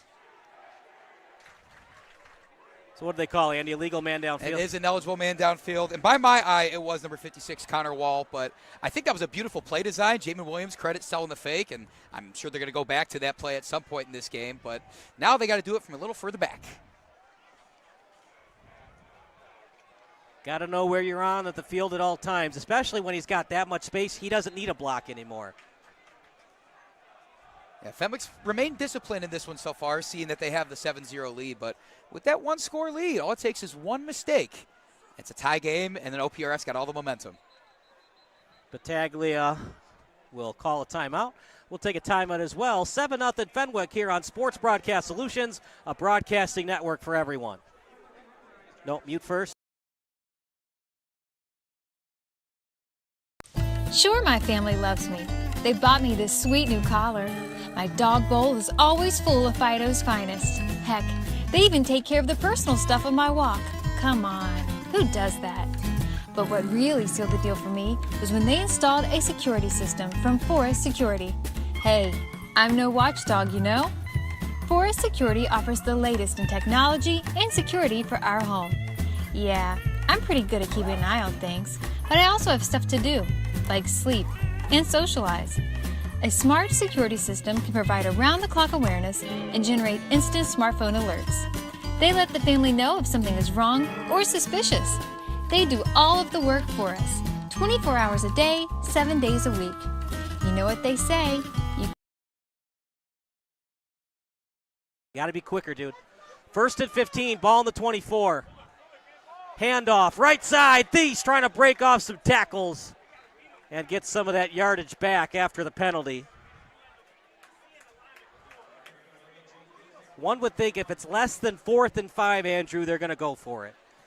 As much as you trust your kicker to give you those 3 guaranteed points, when you are able to control the game defensively as they have, if the alternative to not getting the first down is for OPRF to start 90 yards from the goal line, I think many coaches will take that just about every single time they can. So back to the original line of scrimmage, 2nd and 10 at the 19. Williams fakes the handoff. He'll roll to the left. Here's a little drop-off pass. And falling down on the play, completed to Murphy, the combination tight end linebacker. He'll graduate in May. And now decision time. We've seen a lot of good athleticism from Williams today. 3rd and 5. Ryan, you got a quick update for us. Ryan, what do you got here, 3rd and 5 for the Friars? Yeah, guys, OPRF senior defensive back Logan Gathman gingerly walked off on the right side, as you have seen several minutes ago. It was a left shin injury. He tried running on it. The athletic training staff taped him up. He is good to go. All right, thank you so much, Ryan. You do a great job for us, by the way. Walking gingerly, but, you know, in this rivalry game, you try to fight through it because you don't get many other bites at the apple, especially if you're a senior. This is your last chance. 3rd and 5. Williams in the pocket. Drop-off pass to the right. Past the 10. Past the 5. Touchdown, Thies. Touchdown, Friars. 13-0 in favor of the home team.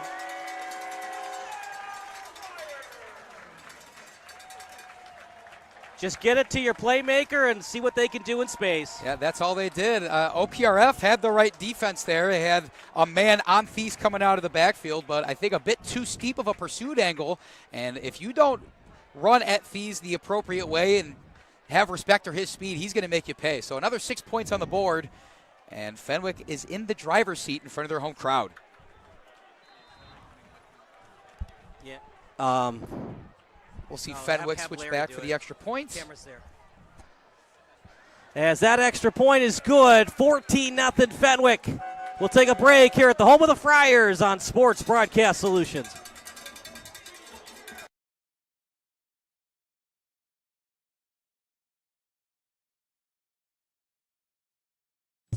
Are you looking for some good food after a Fenwick football game? Then head on over to O'Sullivan's Public House. Located on Madison Street in Forest Park, O'Sullivan's Public House has daily drink specials alongside a year-round beer garden. Open daily from 11 a.m. to 1 a.m. O'Sullivan's PH offers dinner until 10 p.m. Even cooler, O'Sullivan's offers a late-night menu until 11:30 p.m. on Fridays and Saturdays. On the weeknights, O'Sullivan's has a late-night menu until 11 p.m.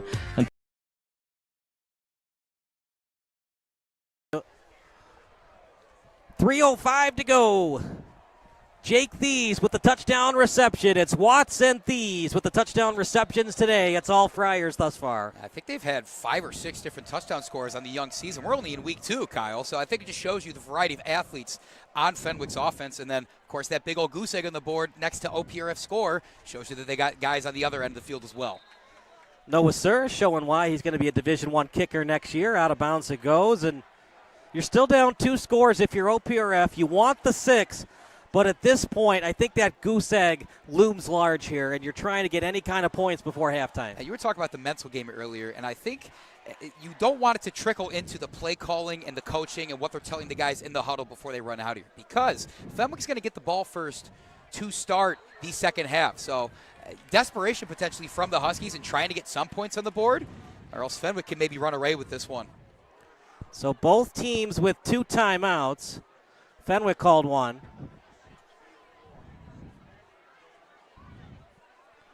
First and 10 at their own 20 is OPRF.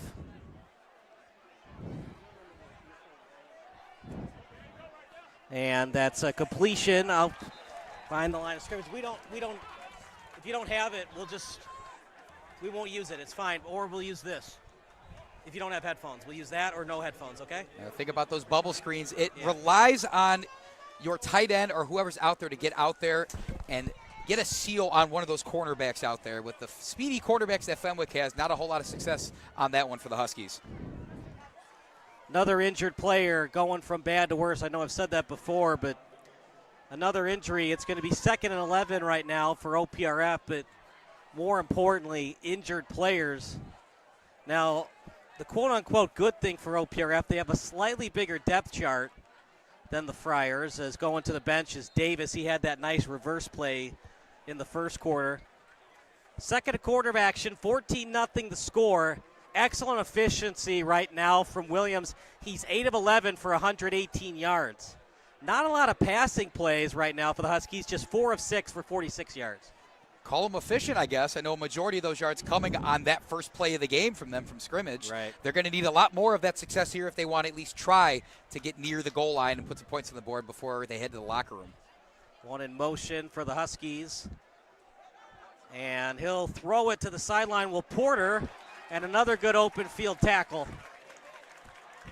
Fenwick showing why they were in the playoffs last year. That time it's Aiden Williams on the tackle. He's one of many athletes in the secondary, and a lot of folks tuning in back home might wonder why a lot of these high schools that play at a high level are only running a 3-man front. I think it's just because they believe in their secondary. They believe in the athletes back there that they can cover the deep balls, and if the offense is going to settle for short gains, those athletes can come up and make a tackle. We see a 3rd and long looming for the Huskies because of that. 3rd and 9, ball on the 21.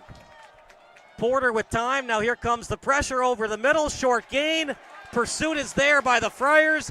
Starting the tackle and finishing the play, Liam Cahill. It looked like they wanted to do a center screen to their tight end right there. Fenwick may be reading that all the way and getting the penetration necessary to blow that up. And Fenwick's going to call timeout and try and really put some more points on the board in this one ahead, take an even more commanding lead than they already have. Clock stops with 1:50 to go. 4th and 8 at the 22. And I believe Fenwick called a timeout there. Yeah, it was Matt Pataglia, coach of the Friars, who if he could get any closer to the ref, he would, running over, sprinting to call his 2nd timeout of the game. So Fenwick now with their 2nd timeout called.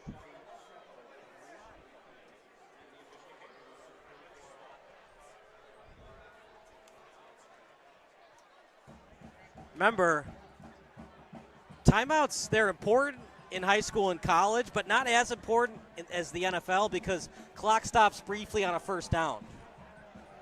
And that's important too. Like if you have offensive linemen who are very athletic and quick, wide receivers, quarterbacks that are quick, you can throw it over the middle because if you get over the middle quickly, you get there quickly, and once they reset the ball, you can spike it with only 2 seconds leaving that clock.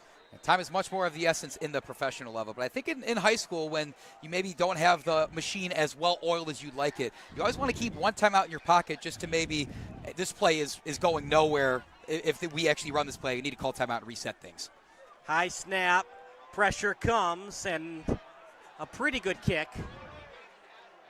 That did not hit the OPRF player, so we continue on. Donovan Lee did a good job getting out of the way of that. But good field position nonetheless for the Friars. They'll 1st and 10 at their own 42 with 1:38 to go. And this is where one of the first guys we mentioned, Noah Sir, who is going to be kicking for Northwestern next year. His prowess is so invaluable because you are almost, if you get 20, 25 yards here, you're almost guaranteed to put more points on the board and stretch this 2-score lead to a 3-score lead heading into the locker room. 1st and 10 at their own 42. Still have time to get a touchdown here. You only have one timeout left, but remember, clock stops briefly on a first down. Obviously, out of bounds is your friend as well. OPRF is probably going to play this as a pass, but with the big gains that Fenwick's gotten on the ground, wouldn't be surprised if they hand it off to Thies. Pressure on Williams, trying to get out of it, and he'll have to, well, we thought he was going to take the sack, but an interesting drop-off pass. They didn't get much yards back versus if he had just taken the sack. Got to be really careful. That's the second time Williams with these interesting drop-off passes with danger nearby. That's a good idea in theory. You were about to be wrapped up and sent to the ground, and you want a lifeline there, but one batted ball goes up, gets intercepted, and I don't think you'll ever think about doing that again. 2nd and very long for the Friars. Here comes the screen to Thies. Breaking off tackles. Past the original first down marker. And you got to go no huddle here. Only one timeout left. It was the last time they tried it was a touchdown that was called back. Just a little screen, letting OPRF's defensive front get in the face, basically taking them out of the equation and letting those offensive linemen block downfield for Thies. So now 3rd down, much more manageable. Williams will roll to his left. Williams forced out of bounds. Didn't gain much on the play. One would think they're going to punt it knowing that OPRF hasn't really done anything offensively the last 10 minutes. If you were a super aggressive coach and OPRF was getting the ball to start the second half, I could see that. But knowing that coming out of the locker room that the ball's going to be in your possession first, I'm expecting punt here. And clearly I'm wrong for now. Maybe they're going to try to get him jump off sides, but they're longer than 5 yards from the sticks, Kyle. You only got one timeout left. Why not just do the hard count? If they don't go offside, just waste your last timeout. Only problem with that is if you waste your last timeout here, you can't call a timeout on defense. Now, like I said, you never know when your defense is maybe set up wrong that OPRF could get that home run play. This is interesting. Here comes the pressure. Williams will roll to the right, still on his feet. Williams with it. Over the middle, wide open, way underthrown. That was a lot more interesting than I thought it was going to be. I thought that Williams was going to get sacked. He somehow got out of it. For Will Tomczak, the intended target. And interesting decision by Battaglia. 18 seconds to go for OPRF. And remember, first down stops the clock. Well, I'll start with, I think that Husky secondary can take a nice sigh of relief there. I see number 12 and number 13 in the secondary, Logan Gathman and Richie Trulove, both kind of talking about whose man that was and how he got behind them with so much room. On the other hand, for Fenwick, I know fortune favors the bold. That seems a little bit too bold now. You give OPRF only 18 seconds, but a short enough field to do something in that short amount of time to really change the dynamic of this one. You look at the depth chart for OPRF. I don't see a kicker on the depth chart. I will double check your work, and I also do not see any kicker or punter listed on there. Porter in the pocket, rolls to the right. He'll take it himself. And did he get out of bounds? Took forever before he did. Got to know the situation, partner. You got 2 timeouts, but you only had 18 seconds to start the drive. Yeah, you need to hold on to more timeouts than normal because with those timeouts, the middle of the field is still open. If you're out of timeouts, granted, the clock stops after a first down, but you're only aiming at the sidelines. Now you're putting more pressure on the Fenwick defense to defend not just the outer 2/3 of the field. With 2 timeouts, you have time for at least 2 more plays. Perhaps some trickery. 2nd and 5 for Porter. He'll roll to the right. Porter to the sideline. Incomplete with 5 seconds left. One would think it's a Hail Mary here. Yeah, unless you have a kicker that is money from 60 yards out, this one will probably be run down the field, and Porter's going to heave one as far as he can. Be a 58-yarder at the bare minimum. And unless you've got Justin Tucker's son, transfer into Oak Park River Forest, I don't think you're going to attempt a field goal here. 3rd and 5. Look how deep the safeties are for Fenwick. And he's going to roll to the right, then goes back to the pocket, up in the air, picked off. Live ball still past the 15. And as good as a punt. Didn't have time to get it down. And a flag on the, nope, sorry, it's just a fan that threw a flag up in the field. Partner, do we have an injured player on the field? I think I see a flag here near the head referee, right by where Porter went down. You can't end the half on a defensive penalty. It's on the defense. No, is there one on the offense? If it's offsetting, we might have to run that play back. Now, was it on the return, though? If it's on the return, it doesn't matter. If it's on the pass, it's offsetting. Either way, the referee's not sending the teams to the locker room quite yet. All right. Now it looks like they will. So there they're you going to go. say offsetting penalties on the return. It didn't look like there was anything at the line of scrimmage. Yeah, it looks like Fenwick head coach Matt Pataglia is going to go ask for explanation. He doesn't look upset. I think just wanted to know exactly what happened there. All right, so we'll take a break, then we'll give you some halftime stats. It's 14-0 Fenwick here on Sports Broadcast Solutions.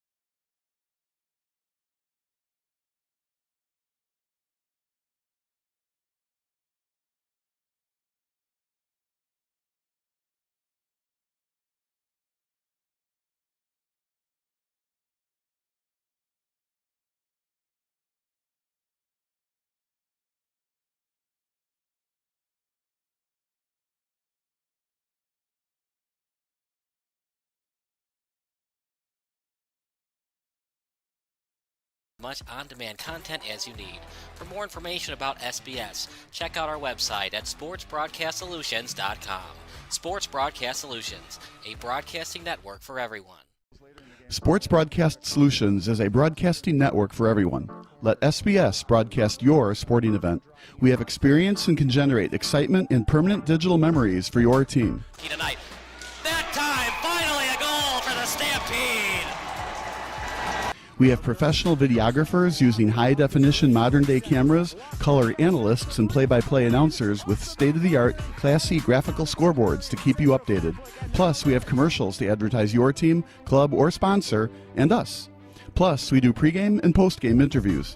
Hi, everybody, and welcome to the postgame show brought to you by Marion Central Catholic. My name's Kyle Smith, but my name doesn't matter. These young ladies matter. It's senior night as the Hurricanes win a battle down the stretch, 48-46. Hi, I'm Carrie Kramer.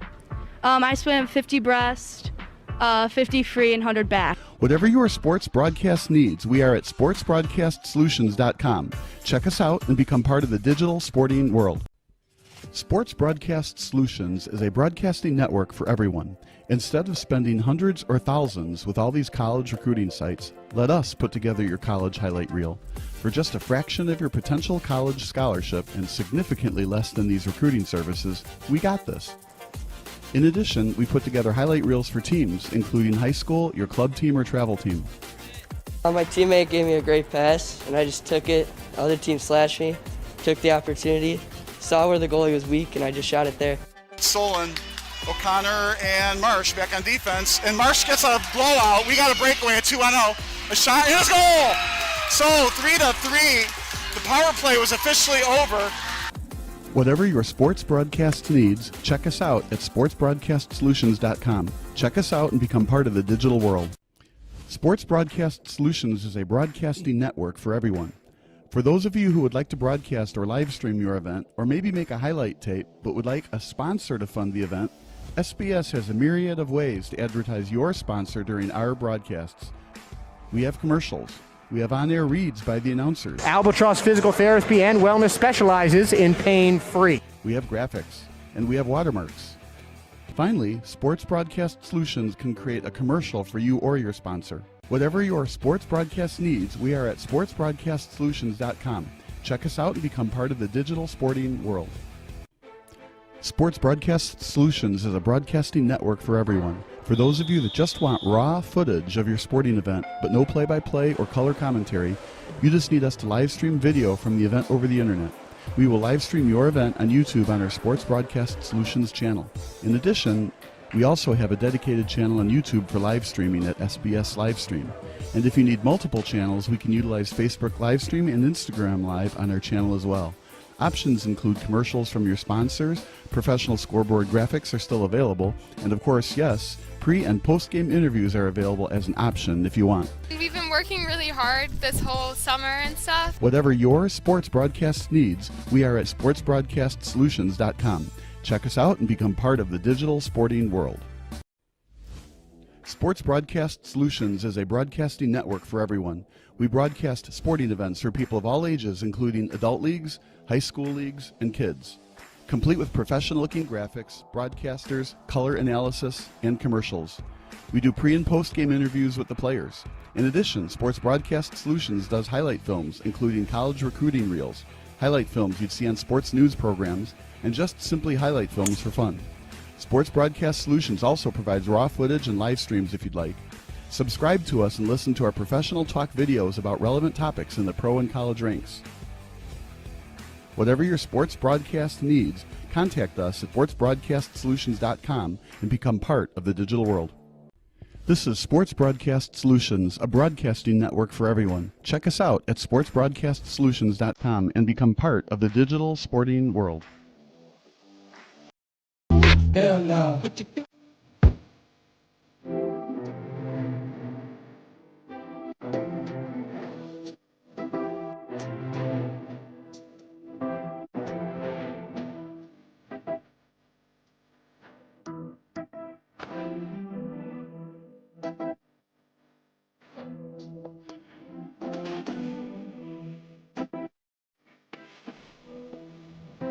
At Quick Trip, we're known for our fresh and delicious food and our dedication to providing the best customer service.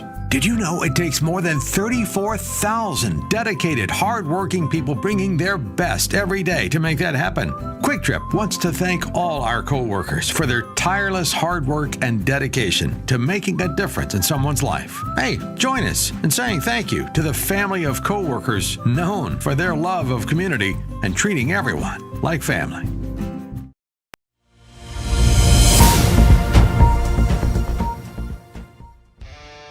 Do you expect experienced, professional, and personalized attention from your building supply partnerships? You should. Are you getting the specific attention you need to help your business grow? You can. Introducing ICO Roof Pro and Grow through Richards Building Supply. As a professional small business, you need real solutions to achieve your desired growth outcomes. This requires more than sample boards, pricing, and on-time delivery, which sets the bar too low. You need more. To grow and win in this ultra-competitive environment, you need ultra-competitive solutions. With Richards Building Supply, get the personalized attention you deserve and need. Take advantage of incredible first-time user incentives. Gain discounted access to a host of our industry's most reputable marketing tools through a Roof Pro membership. And that's just the beginning. Don't believe us? Let us show you. ICO Roof Pro and Grow through Richards Building Supply.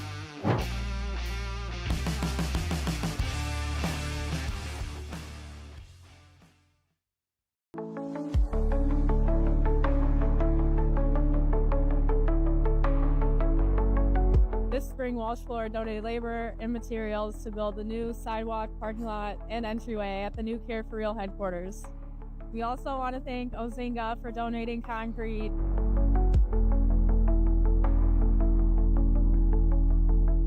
Care for Real has been the anchor food pantry here in the Edgewater neighborhood on the far north side of Chicago since 1907.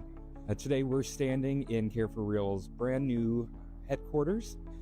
For 50 years, we have been nomadic throughout the neighborhood, renting space, and we are very excited that for the first time we will have our own building here in the heart of Edgewater. This space, we will have our food pantry and our clothing closet, as well as we're really excited we'll have a community room where we'll be able to have other nonprofit partners, social services here on site.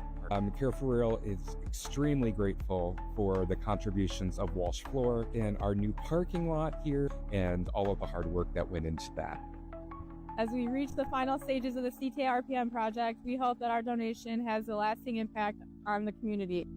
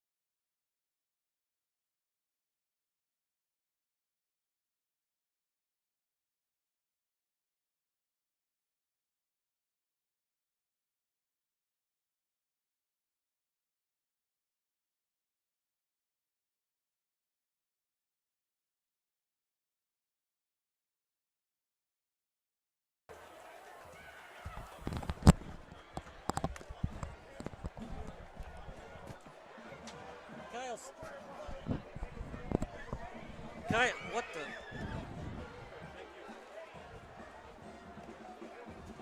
Test 1. I think I can hear you, Kyle. Yeah. Let's hope the fans back home can too. All right. Yeah, there we go. Hey, there we are. All right. Sorry about that, guys. For a second there, the mixer wasn't working. 14-0 in favor of Fenwick. And he's got the stats for you. It wasn't that bad, even though it's a 2-score lead for Fenwick. The passing yards has been the big discrepancy, over 120 for Fenwick and under 50 for OPRF. Yeah, you said it, Kyle. So Fenwick in the rushing game, 54 yards. OPRF with 51. However, you look at passing, Fenwick with 123.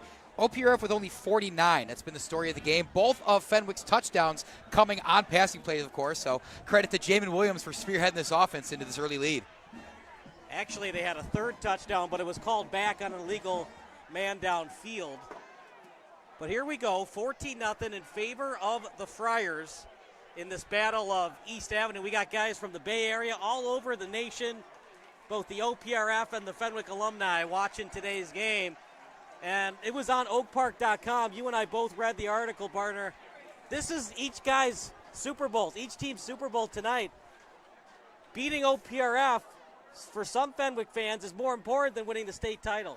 This is who owns Oak Park, is what Liam Smith of OPRF said before this game, how much this means to them. And like I said before, neither team really wanted to admit that they had a lot of goals going into the season. Nothing true tangible. However, Smith himself said that this team of the Huskies wants to make the playoffs and beat Fenwick. They're going to need some help in the second half to do it, but Fenwick, of course, wants to be the one to own Oak Park, and this 14-point lead, with them getting the ball first, is certainly to put them in a good position to do it, Kyle. Fenwick gets the ball back. Looking to make it a 3-score lead. Remember, you just need a field goal to do so. Don't need the touchdown. No kicker that we've seen on this OPRF depth chart. That's going to be a problem, too, because if Fenwick gets a field goal, remember, OPRF has to get 2 touchdowns and a field goal to tie this one up.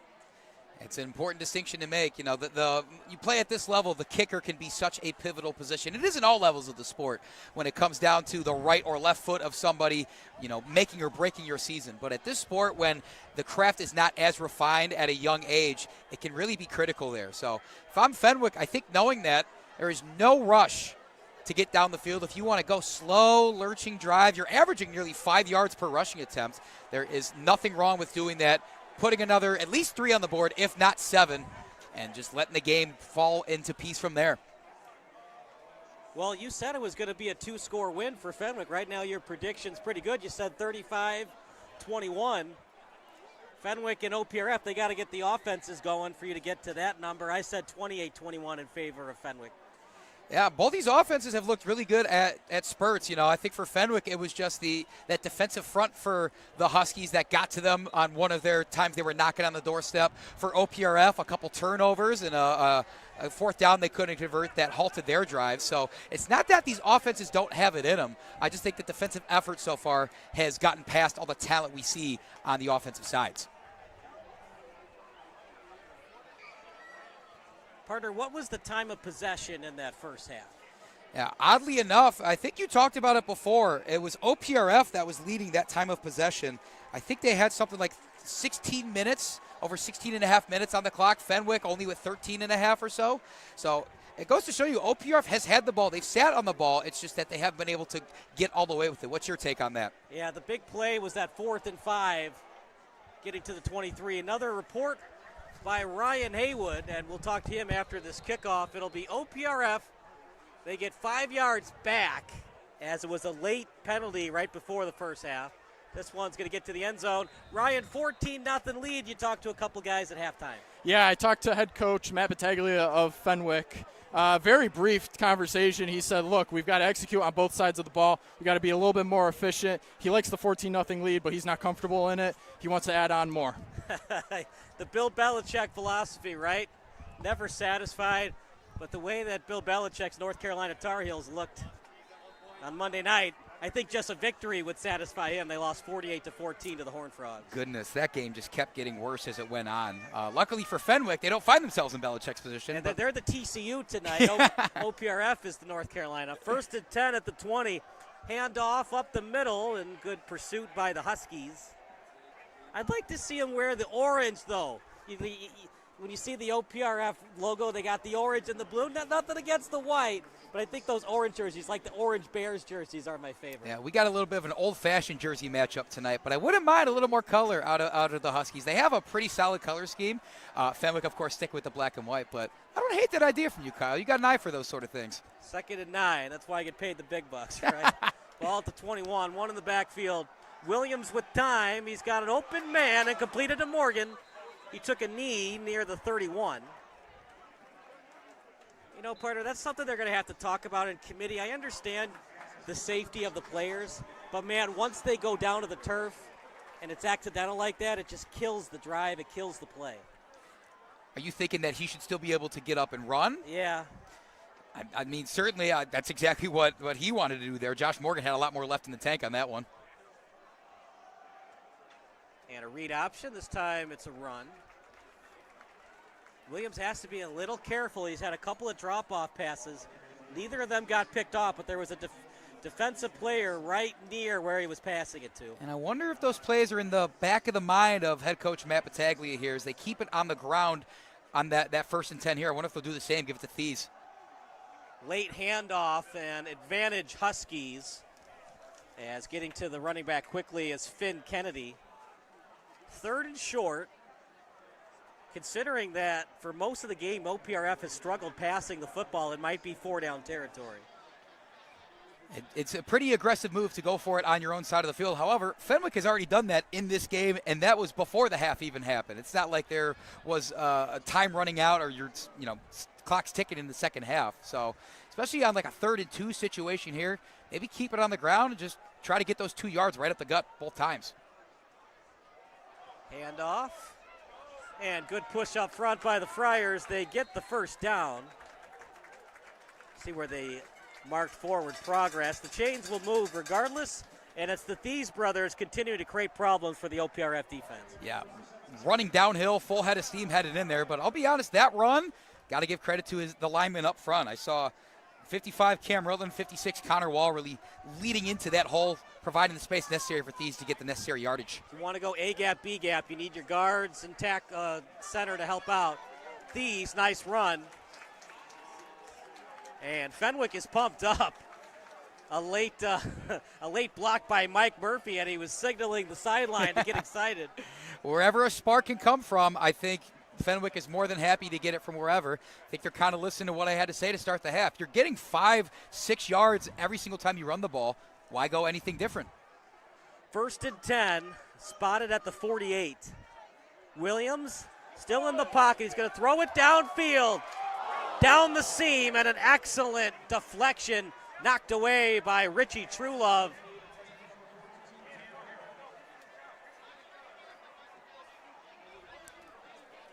Partner, that was one heck of a play. Yeah, Richie Truelove, great closing speed as we saw there. Tremendous athletes all in the OPRF secondary, and he's one of them. I like that play call from Fenwick. The couple runs they have to set up the play action. Maybe a bit too much air under that ball from Williams, but still 3rd and short for the Friars. 3rd and 2, handoff, flag on the play, might be coming back. Did you see any movement up front from the defensive line? I didn't see movement on either side, but this might be potentially an illegal formation or illegal motion. Let's see what the head referee has to say. This is what's killed the Bears the last couple of years. False start. See, they didn't whistle the play dead after it happened, so I don't know whether it's a false start when they normally call it that or whatever it happens to be. The more important thing is, Fenwick's got to move back 5 yards. Changes the play call, changes the decision-making of your quarterback. You're up 14 points. You never want to be too conservative, but you also don't want to be the Brett Favre either. Threw a lot of touchdown passes, but the interceptions were a problem. Another flag, could be a legal shift. Williams, look at that composure. 1st down for now. Did you see any movement on defense from OPRF? I didn't see anybody on the front move. You said maybe a legal motion, and somebody for the Friars had motioned on the top part of your screen there. False start. See, the officials are doing a nice job, Andrew, but at the same time, you got to blow these calls dead right away. You don't want anybody to get hurt.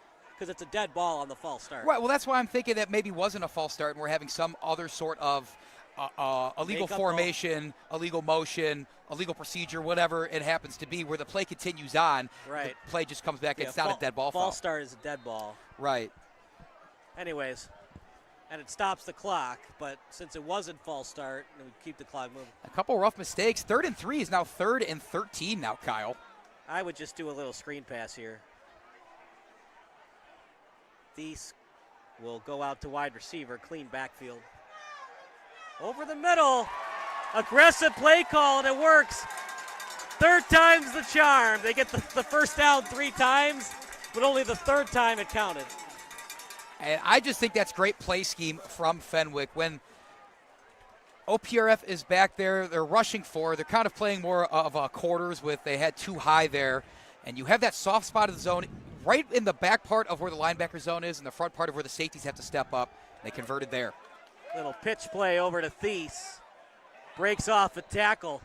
Out of bounds be darned. He stayed on bounds and tried to get a couple more hard yards. When he's kind of crazy. The out of bounds is right there. He chose to take the hit right in the head, spin around, and fight for maybe a couple more inches. However, I mean, however you want to slice it, I think you've got to be a little crazy to put yourself in harm's way like that. But he's been tremendous tonight. Both him, that was Jake Thies, and his brother Tommy, is absolutely wonderful athletes to be able to witness. 2nd and 2 at the 27. Williams will take it himself on the run. Completed. Breaks off a tackle near the 5. Completed to Garrett. Jamin Williams and the Friars are rolling on this opening drive. We talked about the maturity and development of Jamin Williams there. I think previously would have stuck with the safety blanket, give it to Thies, which is never a bad call. But they're recognizing that there was an opportunity on that wide side of the field.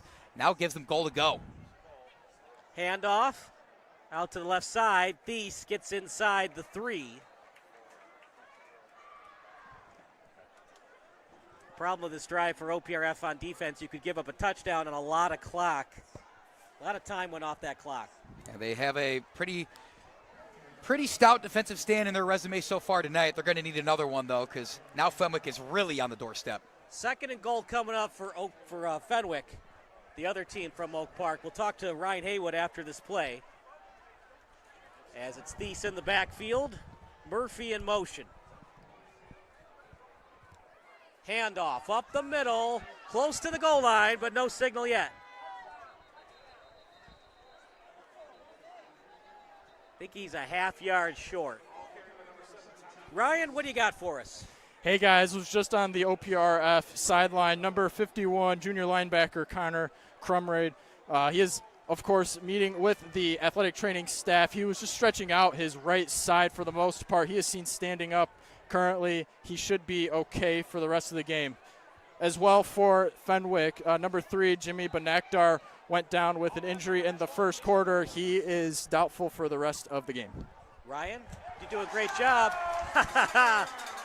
That might have been the latest call from an official I've ever seen, but it is a touchdown signaled for Fenwick, and Andrew, that might be the dagger. And we see a flag go up as I think maybe some tempers and frustrations flaring here, but I don't think you're incorrect, Kyle. No need to overcomplicate things. If you are 2 inches from the goal line, you just trust your offensive line and your quarterback to push on through. So the touchdown will still stand. That flag came after. We'll see what this dead ball penalty is. It's going to be on Fenwick, unsportsmanlike conduct, possible taunting. That's what did them in last year, 2 costly taunting calls. And so it's up to OPRF if they want to enforce this on the point after try or on the kickoff. Knowing that Sir is a Division I athlete, I think you enforce it on the kickoff. But they got their work cut out for them. They're down 3 touchdowns, and we haven't seen a lot from that passing game since the opening play of the game. Yeah, you have to dial up something to give your guys a chance to reduce how much you have to go to the goal line. I don't imagine a field goal's even in play if it's like a 4th and 5 situation on the opponent's side of the field. Right down the middle from Sir, 21-0. It's all Fenwick here on Sports Broadcast Solutions.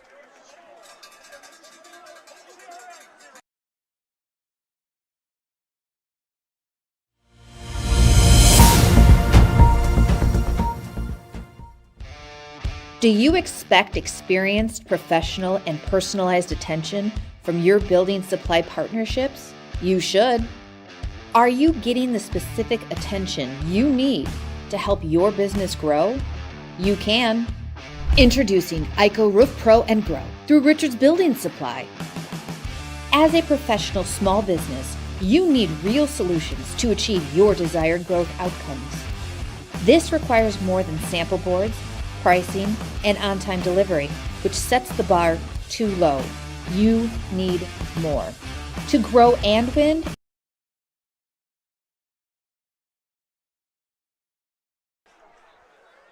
21-0 in favor of Fenwick, and we'll give you a score update of that Chargers Chiefs game in a second. Are you rooting for the Chargers or the Chiefs tonight?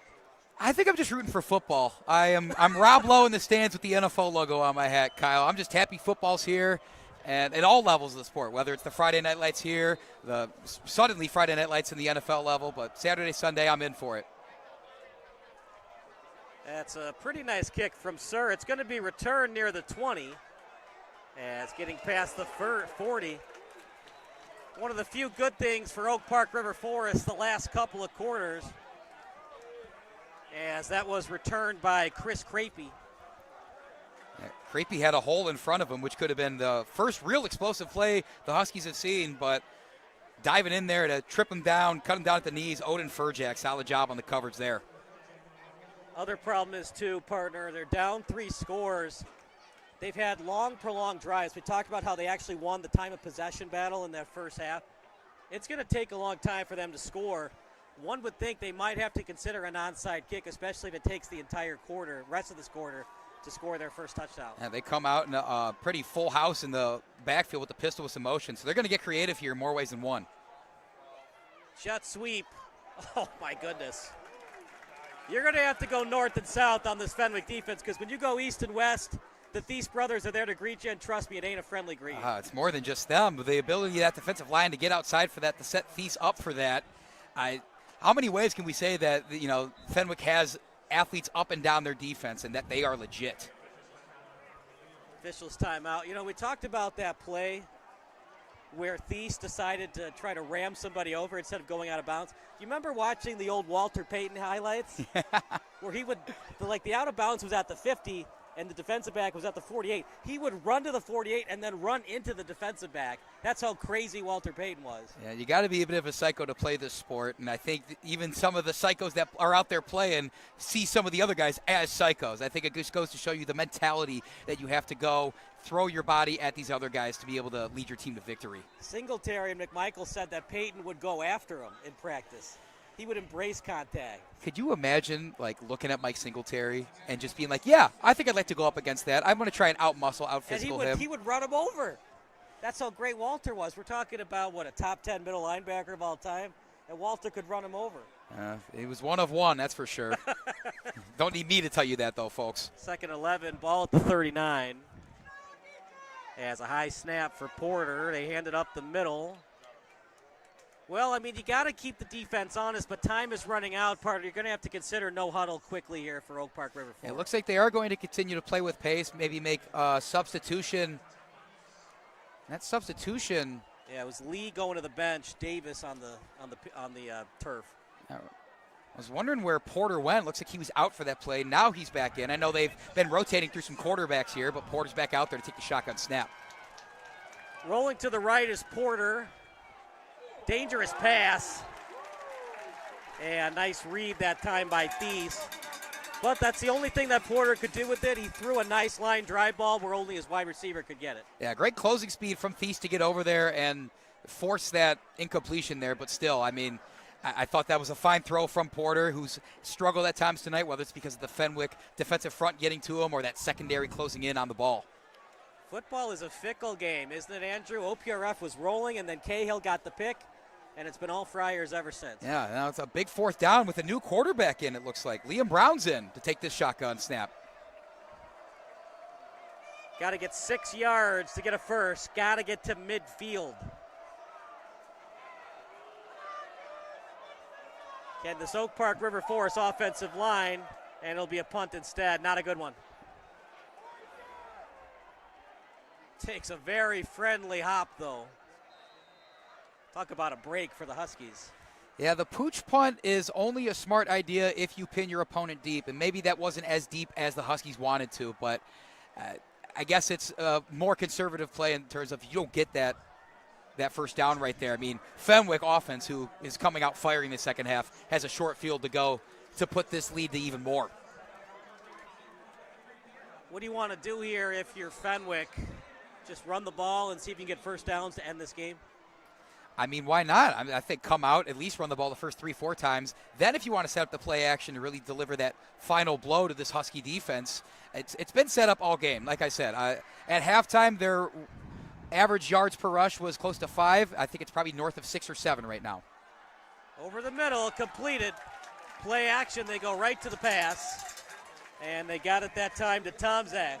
Well, I did say play action, but I didn't say do it that soon. I guess there's a reason why I have the headset on up here and not down on the field. But really impressed with what Fenwick's been able to do with the ball in their hands tonight. And at the center of it, Jamin Williams, he looks really good out there, Kyle. Sure does. Tons of time for Jamin. And just goes to his check down and Thies. Nothing wrong with that. You're up 21. Why force something?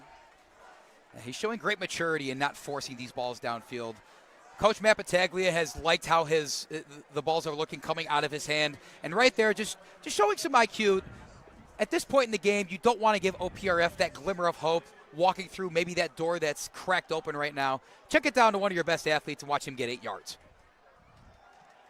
Another handoff for Fenwick. Could be a hold as there's a penalty on the play.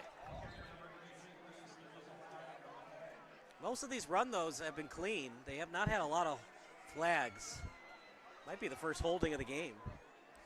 I think it is. Just goes to show you the prowess of these offensive lines. And is that Thies that's still taking a second to get to his feet? I believe it is. So he'll have to leave for a play.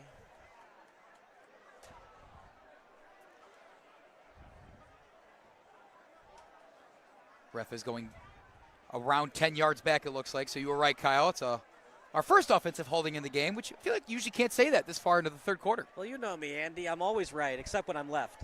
Oh. This is why he gets paid the medium bucks, folks. The media. Thanks for tuning in. We'll be here all night. I was wrong last week, but that was a fluke. That was the Matt Flynn of flukes. I was going to say, you sound like every Bears coach of the past 20 years. Second 11 at the 35. Screen pass, read well by the Huskies. Thies still on his feet. And nice tackle by 26 and Gibson. What do you want to do here? Third and long, you're up by 3 scores. An incomplete pass would stop the clock. You run the ball, you don't get the first, the clock keeps going. Yeah, I think it's almost expected in the situation, but you need to keep that clock churning in some way. Split everybody out wide, hand it off to your running back, which happens to be Tommy Thies this time around. Maybe he gets a couple yards, maybe he breaks one off with how tremendous he's been. You can punt the ball away and trust your defense, though. Williams still in the pocket, backtracked a lot of yards. He did not get that back to the line of scrimmage. He was outside of the pocket. He was outside the tackle box, but he did not get it to the line of scrimmage. Yep, here comes the flag. But I like that by the officiating crew. You let it breathe, Let your spotters tell you where the ball is. Did it get to the line of scrimmage? You don't want to change your call, even though that's the right thing to do, because it doesn't look as good. Yeah, you know, they are kind of the unsung heroes sometimes, but when they get a call right, we should call them out. I think that was a good job by the referee and crew. They took their time to get the call right instead of calling it and then having to change their call, which doesn't look as good. Yeah. You want to get the call right, but you also want to get the call right without having to change the call.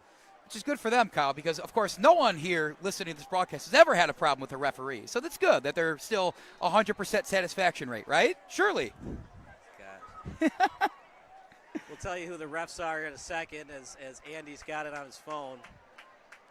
4th and a country mile after the illegal pass from Jamin Williams. Referee is Jeremy Mansilla. Umpire Brad Richardson. Head linesman Scott Stansick. As that punt will get past the 40. Dropped near the 30.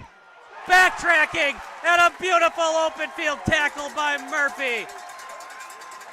It's all Friars tonight. Offense, defense, and now special teams.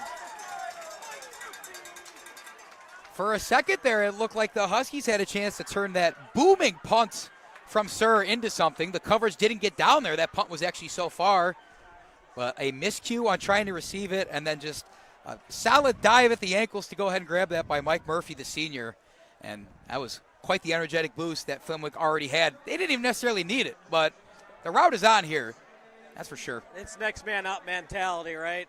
Jamin Williams makes a mistake with the intentional grounding, and the guy on special teams and Murphy there to pick up his quarterback. Yeah, that's what Matt Battaglia said of his team, was that they're consistent.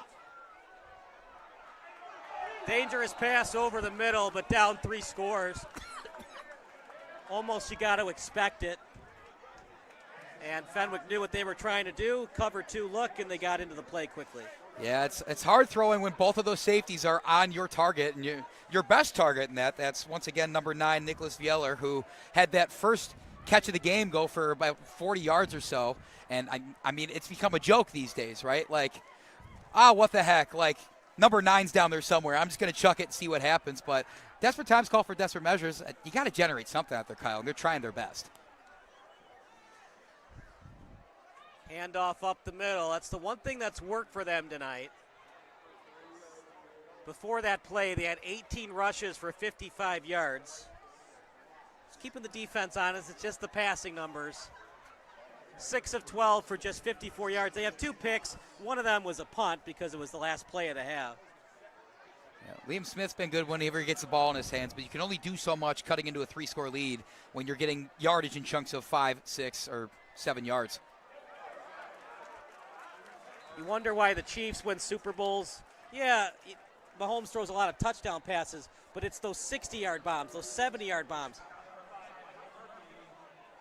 Your offensive line doesn't get as tired because they're not on the field for 10, 12-play drives. The more you're on the field, you could fumble the snap. It could be a false start. One of your guys gets hurt. Those chunk plays can lead to victories. Efficiency is the name of the game. The analytics revolution's told us that, like it or not, it's the way to win games. Porter over the middle. Excellent defense. The battle of the 11s trying to get it to Daniel, but the other 11 and Furjack was there on the coverage. But they need chunk plays as they're running out of time to get back into this game. I got to admit, that was the right play there. That is Daniel Taylor still down in the field. I thought he ran a good route, and Porter gave him a great ball to show for it. But Odin Furjack, who has had a couple big tackles on some kick and punt coverages tonight, comes up with a big pass break up there. Yeah, slow to get up. Could be a cramp from Daniel Taylor, the senior. Excellent night tonight for Williams. 16 of 22 for 196 yards. And following up what he did last week, another efficient outing for him. 15 completions on 19 attempts, 178 yards, 4 touchdowns. While we haven't seen that sort of explosion of scoring, I think all that matters is that Fenwick has 21 more points than their opponents right now. That and a goose egg for the Huskies. Yeah, you talk about being able to invigorate your defense and build some momentum. You go and shut out your rival at home in front of your fans. Oh, I can only imagine what that locker room environment's going to look like if that result is to hold, Kyle. Not only are you shutting them out, they're under 100 yards passing, and you have 2 interceptions. Can't get much better than that. Yeah, head coach Battaglia has been a man of few words. He's very focused. I think you said Belichick-esque before, but I think even he might crack a smile if things hold as the way they do right here at Triton College. Well, the Huskies only won 1 game last year. We're wondering if this was going to be a new season. We're starting to see more of the 2024 Huskies than what we saw last week against Rich Township. Yeah, and they still have a lot to build off of, right? I mean, they're still not even dead in this game now as they get second and long. Incompletion there, but the point is, this is a team that won 2 games in their past 2 seasons combined. They've already started this season off with a win, right? So it kind of feels like there is a lot more positive momentum this year already than there has in the past 2 years combined. If they can build that into something and show that the Husky program is one to be messed with, who knows where we could see this Oak Park River Forest team 2-3 years down the line. 6 penalties for Fenwick for 59 yards. The one thing they need to work on, just 1 penalty thus far for Oak Park River Forest. There was that penalty at the end of the first half, but that was offsetting to end the half on the return. 3rd and 10 at their own 37. Might be the play of the game for the Huskies. Couldn't handle the snap. Goes to the turf. It's a dead ball once he dives for it and can't pick it up. But I think they're going to give the defensive lineman the benefit of the doubt and not call a legal hit on the quarterback. Yeah, I think that was quick enough where you could still argue he was going for the ball. Any later than that, it might be deemed a hostile act. That would have been roughing the passer, by the way. That would have been a 15-yard automatic first down. It was Zakomo Mbemwe as he did a little love tap to the quarterback going after the ball. Things go from bad to worse for the Huskies. I mean, botching snaps, turnovers are one thing, but botching snaps and getting yourself out of a potential first down opportunity, now you have to punt it away. You have no choice. What a jump that time by Watts. Officials say he was onside, there to return the kick. And Williams in the offense trying to put this one away. Any kind of score would do that. The way this game is going, we might see the backup quarterback in the fourth quarter for the Friars. It's certainly going to depend on this drive if they can go down and score quickly. Maybe we won't even see a lot of the starters in the fourth quarter. But this game is still not out of the woods yet, and I think that's what's being stressed in the middle of that huddle right now, is there's still work to be done. It doesn't matter what the score up on that Jumbotron says.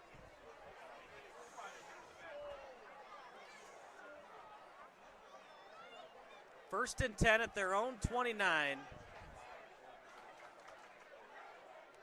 As the Friars looking to get over 100 yards rushing on this drive. As a good run that time by Thies. Tackled past the 30-yard line. Looks like Thies is more than all right after being banged up on the last drive. He'll head to the sideline after that, but again, he is one of many D1 talents in this Fenwick program, of course. His brother Tommy's going to Miami. Noah Sir, the kicker's going to Northwestern. Jake Thies, Josh Morgan's another name that we've mentioned a couple times. Both have D1 offers, just haven't decided where they're going to play yet. As that will do it for the quarter, so we'll take a break. It's 21-0 Friars here on SBS. At Quick Trip, we're known for our fresh and delicious food and our dedication to providing the best customer service. Did you know it takes more than 34,000 dedicated, hardworking people bringing their best every day to make that happen? Quick Trip wants to thank all our coworkers for their tireless hard work and dedication to making a difference in someone's life. Hey, join us in saying thank you to the family of coworkers known for their love of community and treating everyone like family. A deal for me? A deal for everyone! 17 East Van Buren Street, Joliet, Illinois.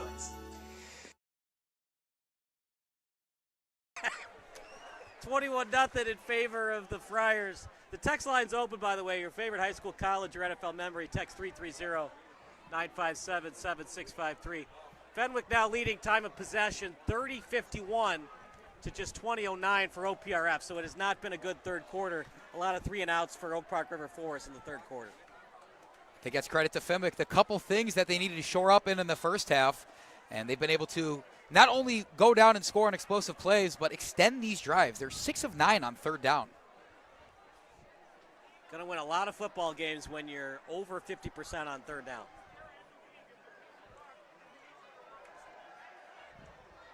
Over to the right is Williams. He'll throw it away. Interesting decision, Andy. He had time to run. I would have liked to see him run there. He had tremendous protection and a lot of open real estate in front of him. Closing in real quick was Isaiah Gibson, somebody who has been instrumental for this OPRF defense. Gibson had 2 fumble recoveries and an interception last week. Haven't heard his name a whole lot, but that's just because Fenwick has been so good recently. 2nd and 7 at the 32. Now 3rd and 7.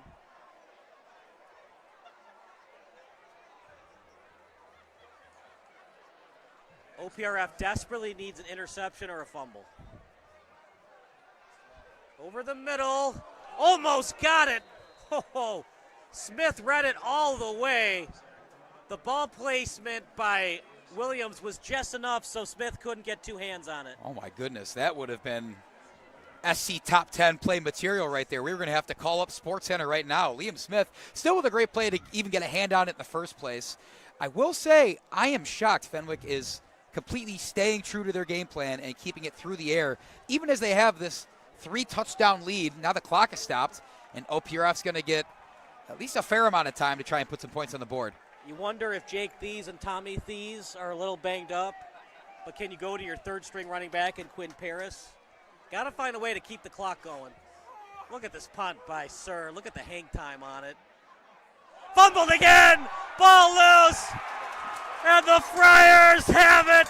Michael Murphy! The tackle and the recovery instantaneously almost.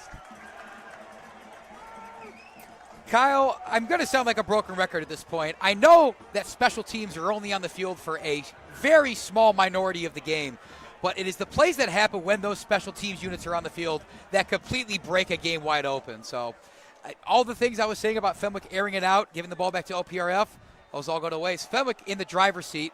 Looks like they're going to send the unit back out there. One more touchdown, and this one's all wrapped up with a bow on it.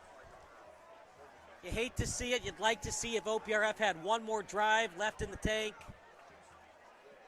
Williams with time. Still in the pocket. And he'll wisely just take the sack. He's got to make up his mind, right? Either run with it or throw the ball away. He just stays in that pocket an extra 2, 3, 4 seconds. And that's what put Caleb Williams into danger territory last season for the Bears. That's a good comparison, actually, because we've seen Jamie Williams look a lot more poised in the pocket this year, not taking off as much. But at the same time, there's a fine line when it's more than acceptable, if not encouraged, to go on and take off before that pocket collapses and you have nowhere to go. Only good thing about that sack, it keeps the clock running.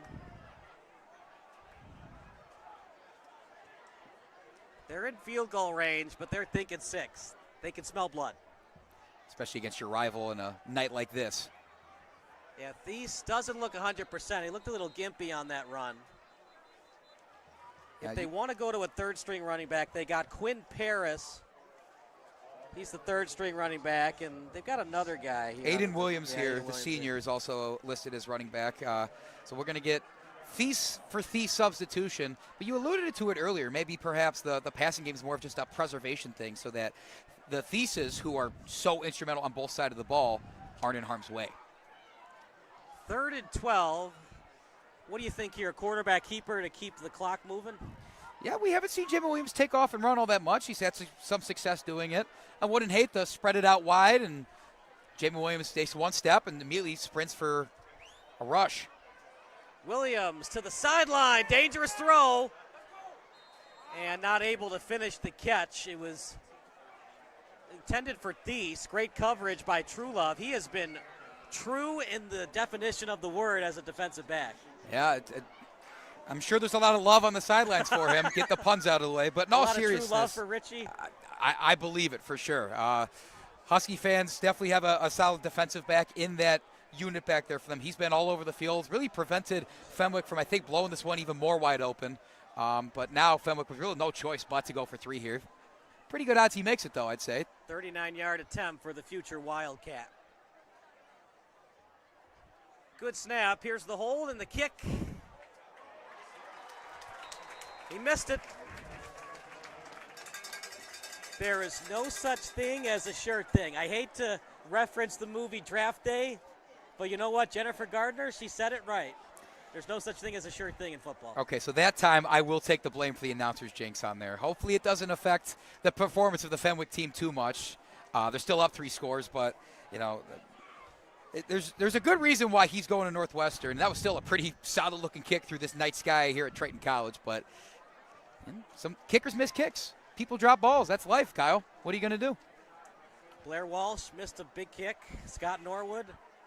But then there's guys that make big hits. Adam Vinatieri in the snow at Foxborough. Sometimes you make them, sometimes you miss them. It's a make or miss league, right? Do I have to mention the double doink now for all the Bears fans listening? Outside the pocket.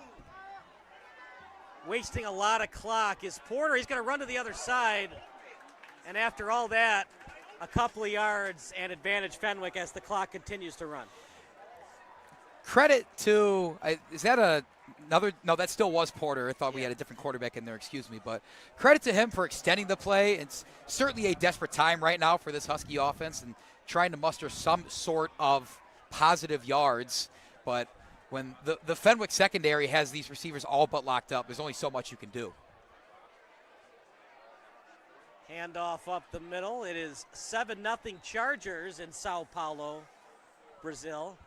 But that's how it always works, right? The Chargers get to a lead, and then Mahomes and the Chiefs come back to beat them. They had some really ugly wins last year against really not that good teams. I don't understand how they do it. Chiefs? The Chiefs did. Oh, Chiefs. Yeah. Winning games like 19-17. It was really strange. Handoff up the middle. Clock stops briefly on a first. You're down 3 scores, so spiking the football isn't out of the question here. You want to preserve your timeouts if you can. Spiking is definitely, I think that'll be played a little later. They're going to play with pace. Maybe they're just going to completely go no huddle. Here we go.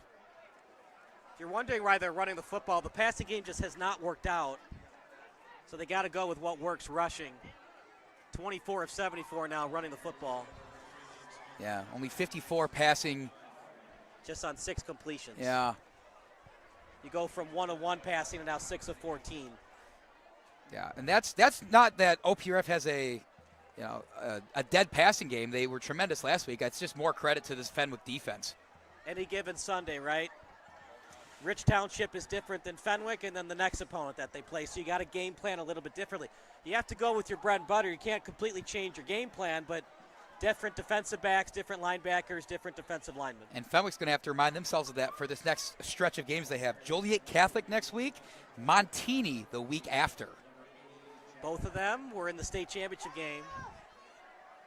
High throw. It's kind of the definition of tonight for Oak Park River Forest. Close but no cigar. Yeah, they also have their next batch of games. Glenbard West, Proviso West, and York. We'll see how that's going to face them. But luckily, we have a friend in the booth now. Ryan, possibly your last report of the night. 21-0 Friars. Hasn't looked good thus far offensively for the Huskies. No, Kyle, it does not. A lot of frustration mounting on that sideline. There's a few seniors trying to remind the guys, hey, we're still in it. There's still some time, but they need to execute fast. For OPRF wide receiver Taylor Daniel walked off on his own power at the end of the third quarter. He's being evaluated for a right leg injury, but he should be good to go. Ryan, thank you so much. You're a gentleman and a scholar, and you're good people. That's a turnover on downs, incomplete pass. And if you're OPRF, it looks like they're going to lose the football game, partner, but you'd love to at least get some points on the board before it's all said and done.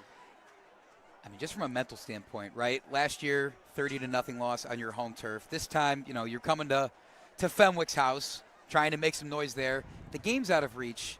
You can't get shut out 2 years in a row. At least that's how I'm thinking. I know it's a tough environment to try and quell all of the noise that must be going on that sideline and then, in the locker room during these games. Jamin Williams still out there. Ball in OPRF's territory. A little bit of a high snap. And they'll go to the backup. Running back running down the sideline. Williams inside the 10. Knocked out of bounds just before the pylon. Rocco Nuri on the run. Everybody contributing for the Friars tonight. Yeah, Rocco Nero, the junior. A big run. I think the Thies brothers are finally going to get a rest. We mentioned that they were going to want to be preserved with their two-way ability, of course. And Fenwick, like you said before, 3 is always on the table when you have the kicker like Sir. But 28-0 is a lot cooler than 24-0. Might need to consider using this Rocco guy more. That was a nice run.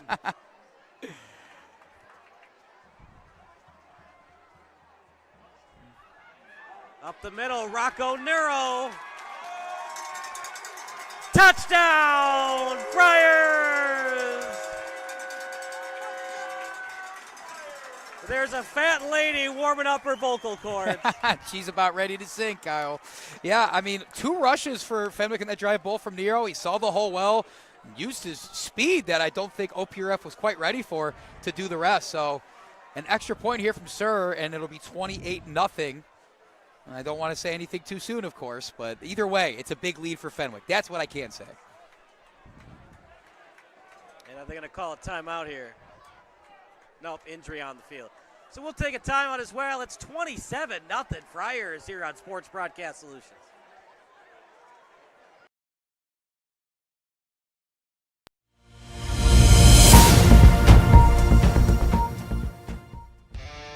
Do you expect experienced, professional, and personalized attention from your building supply partnerships? You should.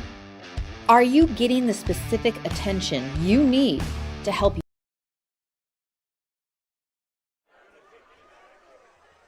Extra point. That was a really quick injury transition. Snap is there, the hold, the kick. This time it's good from Sir. 28-0. We'll stick with the action. Well, they're not going to win tonight, are the Huskies, but you got to put at least 6 points on that Jumbotron. Even 3 points are better than 0. They have 6.5 minutes to do it, as we were talking about earlier. No, this is a program that's been struggling recently. The last 2 seasons, winning 1 game apiece. Their head coach, John Horster, has seen it all. He's in his 15th year of coaching, and with how the highs and lows this program has had, they're due to surge a little bit, and it might not come in this game, but I still think the Huskies are primed for a pretty solid season compared to what they've had recently. Yeah, I think they're going to win at least 3 games, if not more. I was really surprised and happy to see what I saw opening week. I know Rich Township is not a powerhouse for football, but still, like it was talked about on oakpark.com, they're driving over 2 hours round trip, and they dominated that game from the opening kickoff. They played well today for the first 5 minutes, but if you want to be great, it's not a sometimes thing. It's an always thing, and it was only a sometimes thing tonight for the Huskies. I think it just goes to show you how much a couple turnovers, a couple misplays, and how huge that could be for football. It's such a momentum-based sport, the energy that both these teams have, and I think Fenwick just kind of came out on top every single time it's come to a head like that. So a kickoff coming up.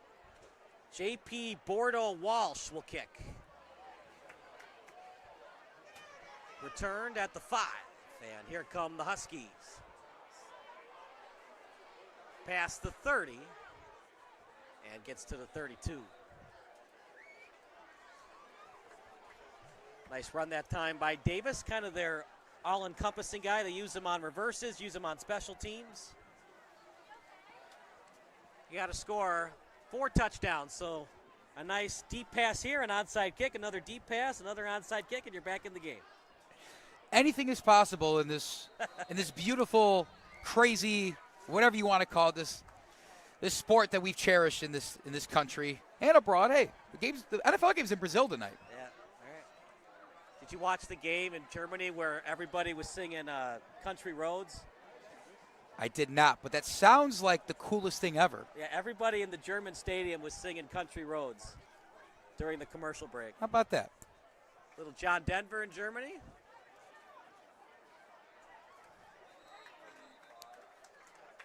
Well, at SBS, we like to do the 3 stars of the game. Andy, who are your 3 stars of the game brought to you by O'Sullivan's Public House? You know, with Fenwick putting up this sort of offensive performance, similar to they did last year, you got to go at the guy at the helm, right? I think Jamin Williams has had another very efficient night, has found his athletes when he needs to. They've, of course, done a lot of the work, but Jamin Williams really managing the game well and has put Fenwick in a tremendous spot right now. Porter to the sideline, completed. And a good job getting out of bounds by Heinzman. Who were your other 2 stars? You know, I kind of want to loop these 2 into 1 star for a very good reason. It's the Thies brothers, of course. Whether it's offense, defense, special teams, if there's a 4th play, let me know. I'm sure they're doing great on there. But getting the orange slices and juice boxes ready? I'm sure they're great at that, too. They've been tremendous up and down the field today, whether it's running the ball, catching the ball, playing in the linebacker in the secondary. It's really impressive what the Thies brothers have been able to do for this Fenwick Friar team, not just tonight, but honestly in their football careers. And 3rd star? I feel like you could go a couple different ways with that one. I want to give credit to some of the players on OPRF, such as Richie Trulove, for really doing the best he can in the secondary to prevent things from getting really out of hand here at Triton College. If I had to pick one, do you have somebody in mind while I'm mulling over my thoughts here? Liam Cahill or Michael Murphy? Yeah, Michael Murphy, whether it's the defense making some big stops or recovering that muffed punt there, I think that's a valid contender. Bad pass, read well by Thies. He gets the pick. He's thinking pick 6. Down the sideline, still on his feet. Hesitation move and then goes out of bounds. That's now the 3rd interception against the Huskies. 2 of them are their fault. The 3rd one was a Hail Mary at halftime. Two different teams. The Huskies looked okay in the first half. I don't know what happened, but once the third quarter started, not a good effort by the Huskies. Yeah, that ball right there, a bit careless from the Huskies there. Sitting, we talked about those kind of deep crossing routes or outbreaking 15-yard or so routes that can go right behind the linebacker and force, multiple members of the secondary converge at once. But that time, I think just never took his eyes off him. Jake Thies saw him all the way. New quarterback in for the Friars. As that handoff to the left side. Tommy Quinn, the junior, now the signal caller. Impressive showing from the Friars, looking to go 2-0 on the season. Looking to get further in the postseason. Lost in the second round, a game they probably should have had.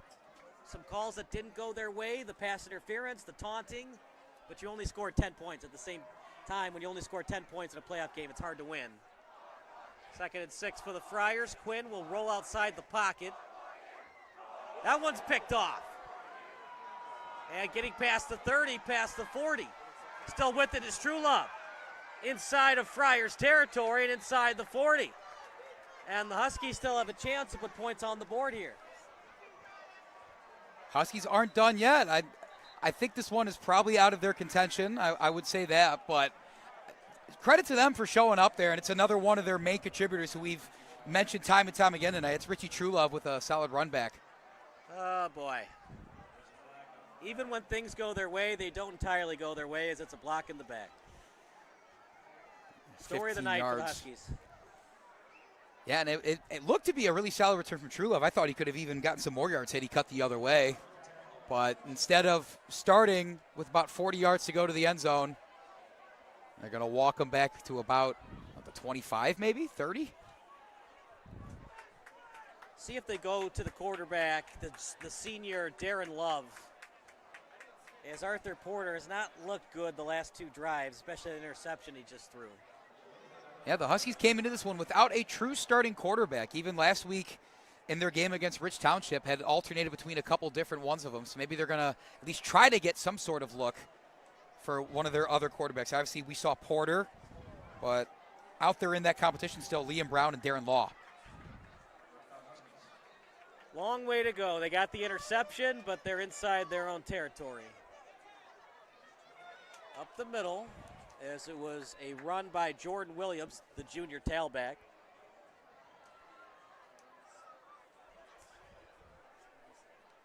.418 to go. Possibly OPRF's last chance to put points on the board.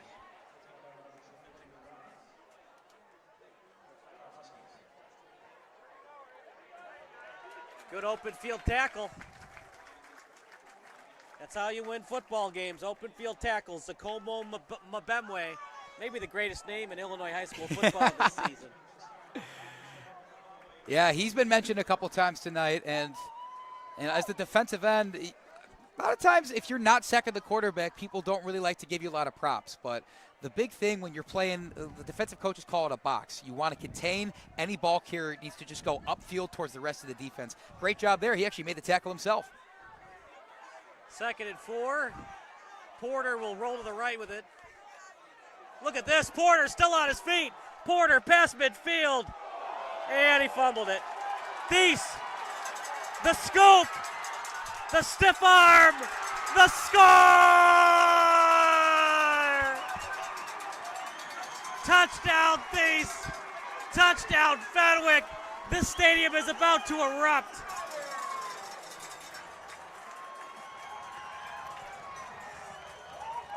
I mean, rewind to Porter's run there. More than a couple impressive jukes, evading would-be tacklers, and I think that actually did him in. It was a humongous hit delivered to him. It was 28. Number 28 of Fenwick. Credit to Aiden Williams for laying the boom there.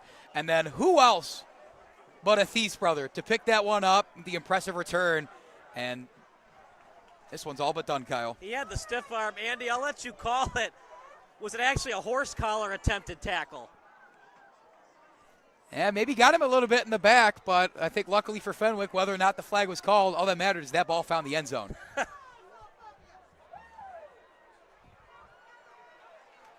Kick is good. We'll take a break. 35-0 Friars here at Triton College Stadium.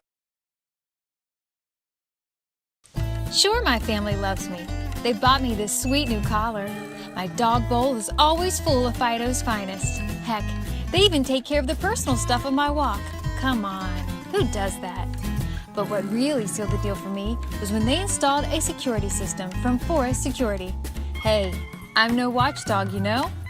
Forest Security offers the latest in technology and security for our home. Yeah, I'm pretty good at keeping an eye on things, but I also have stuff to do, like sleep and socialize. A smart security system can provide around-the-clock awareness and generate instant smart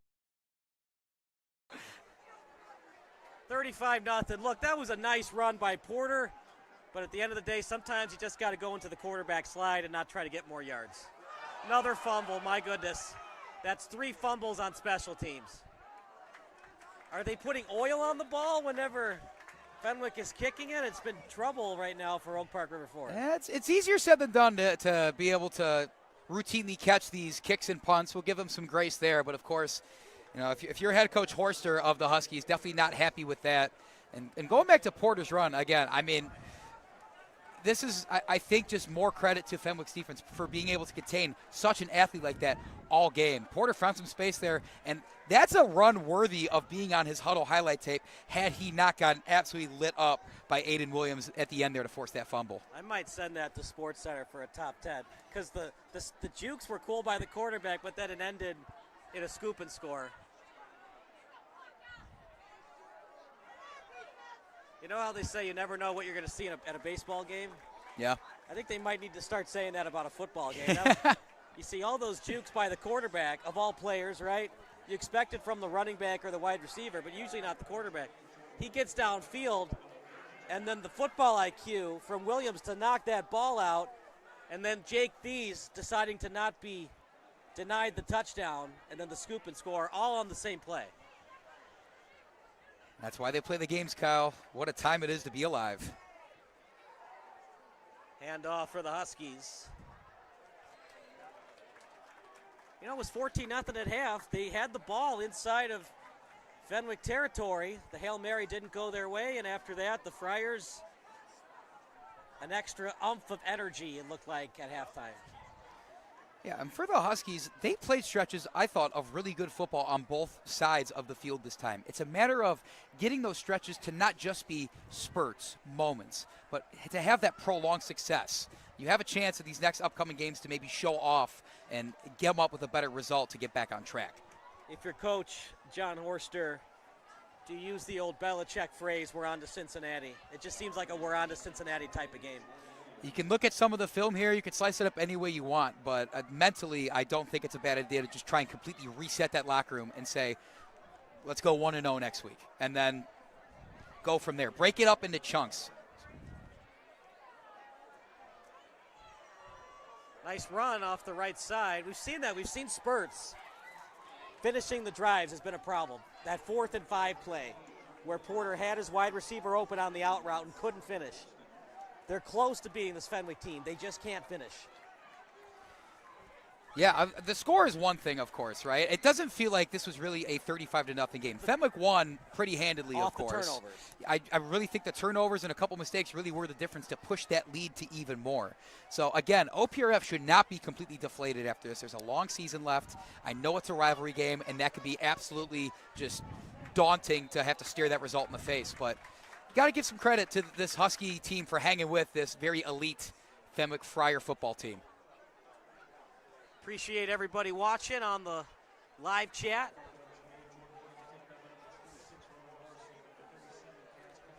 One of the live chatters says, still remember the 2015 game when Timmy Woods threw for 250 yards and 2 touchdowns for the Friars.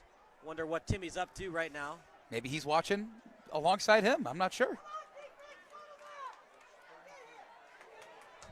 And falling down, the tailback for the Huskies, 33, and Stewart, and Andre Stewart, the combo D-back wide receiver.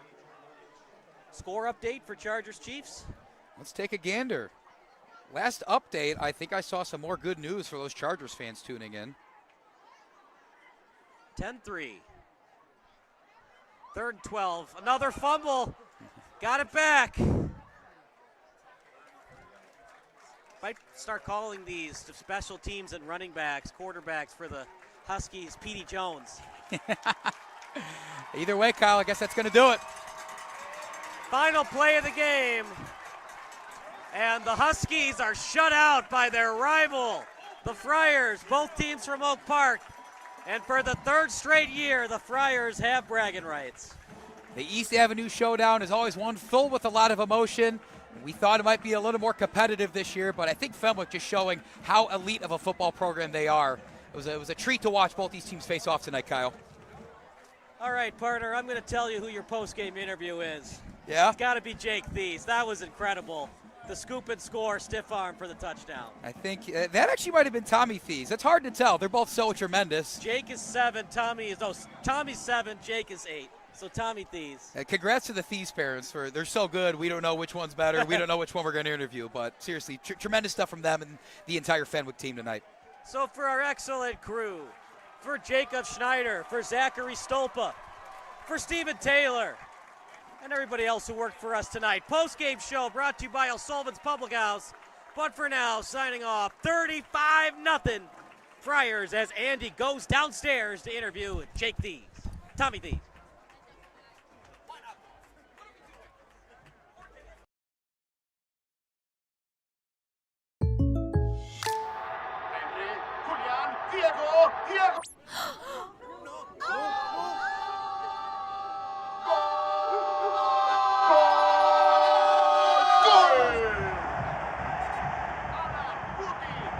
They're my neighbors. Come on in, guys. Bringing fans together. State Farm, official sponsor of Liga MX. Like a good neighbor, State Farm is there.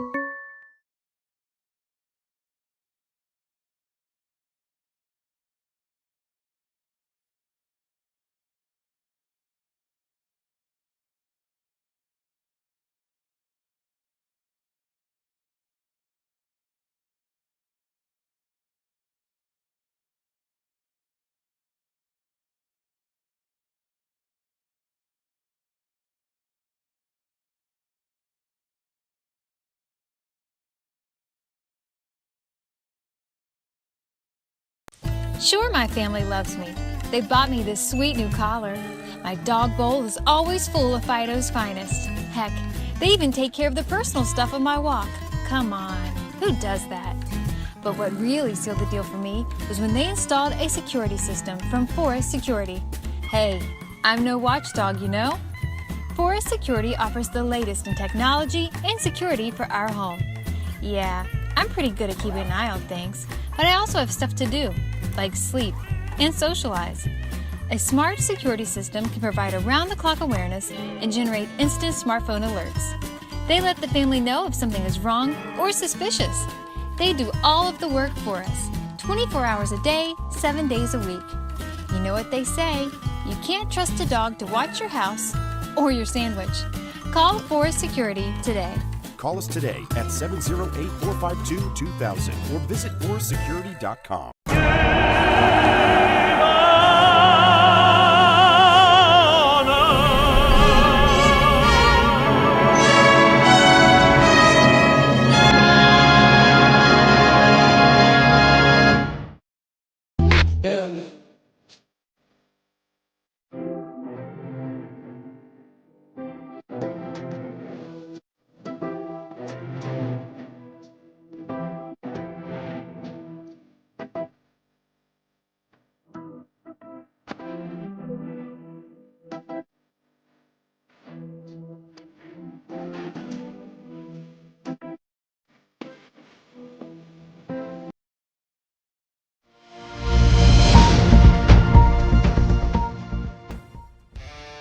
Do you expect experienced, professional, and personalized attention from your building supply partnerships? You should.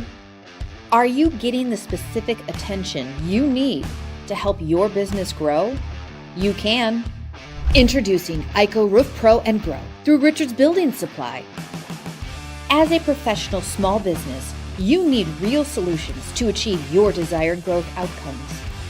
This requires more than sample boards, pricing, and on-time delivery, which sets the bar too low. You need more. To grow and win in this ultra-competitive environment, you need ultra-competitive solutions. With Richards Building Supply, get the personalized attention you deserve and need. Take advantage of incredible first-time user incentives. Gain discounted access to a host of our industry's most reputable marketing tools through a Roof Pro membership. And that's just the beginning. Don't believe us? Let us show you.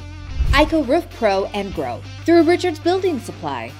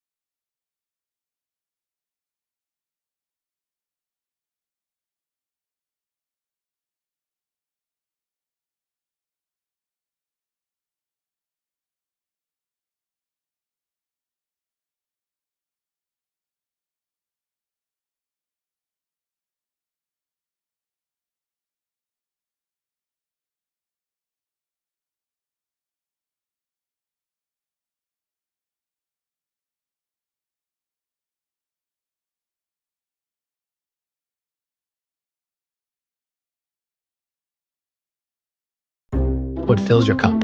Those things, big and small, that make each day rewarding. Here's what fills our cup at Educators Credit Union. When you walk in the lobby and see your favorite teller, cultivating financial literacy to build stronger communities. When we help you buy a home when you didn't think it was possible. The best part? Seeing you leave with a smile because we made a difference in your life. It fills our cup to see you succeed because we're more than a financial. We're people helping people. Educators Credit Union, achieving more together.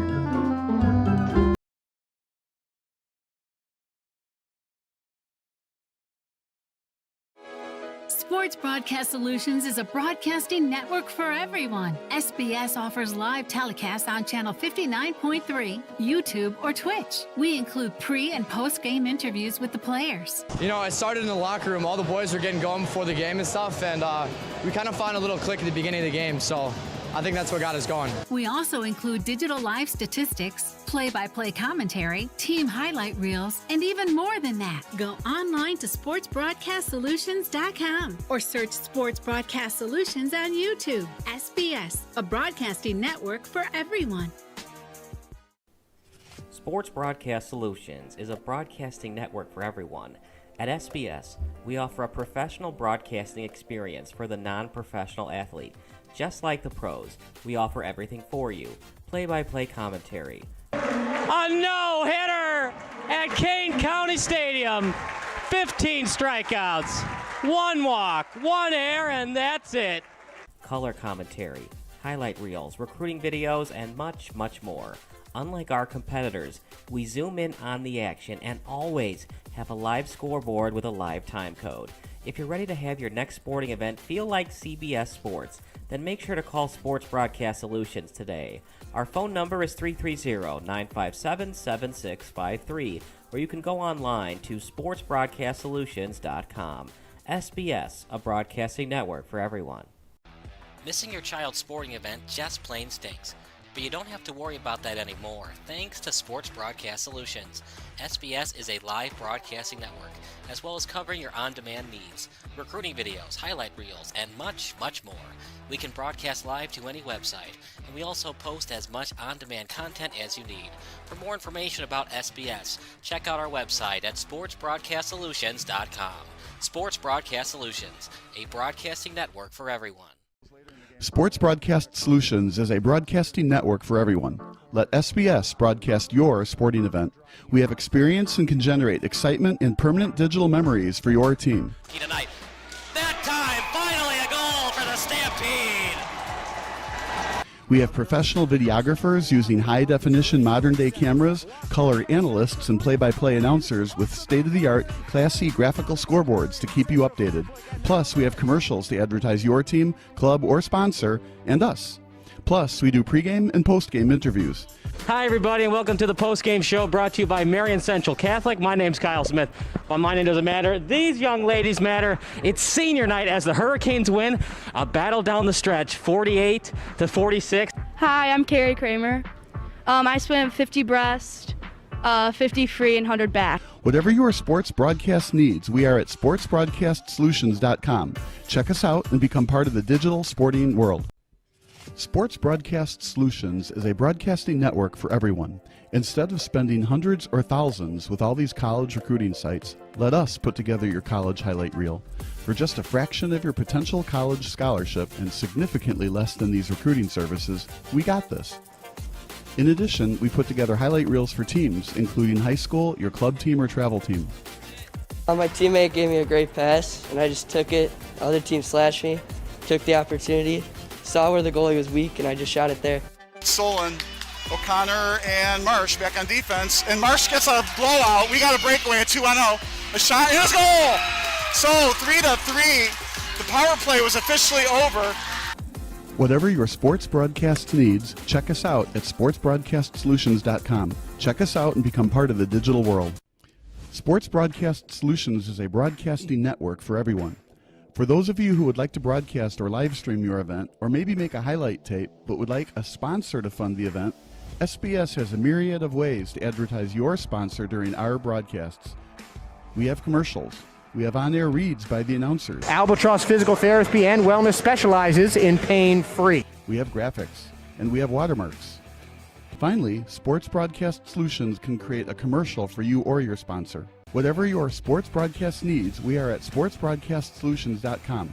Check us out and become part of the digital sporting world. Sports Broadcast Solutions is a broadcasting network for everyone. For those of you that just want raw footage of your sporting event, but no play-by-play or color commentary, you just need us to live stream video from the event over the internet. We will live stream your event on YouTube on our Sports Broadcast Solutions channel. In addition, we also have a dedicated channel on YouTube for live streaming at SBS Livestream. And if you need multiple channels, we can utilize Facebook Livestream and Instagram Live on our channel as well.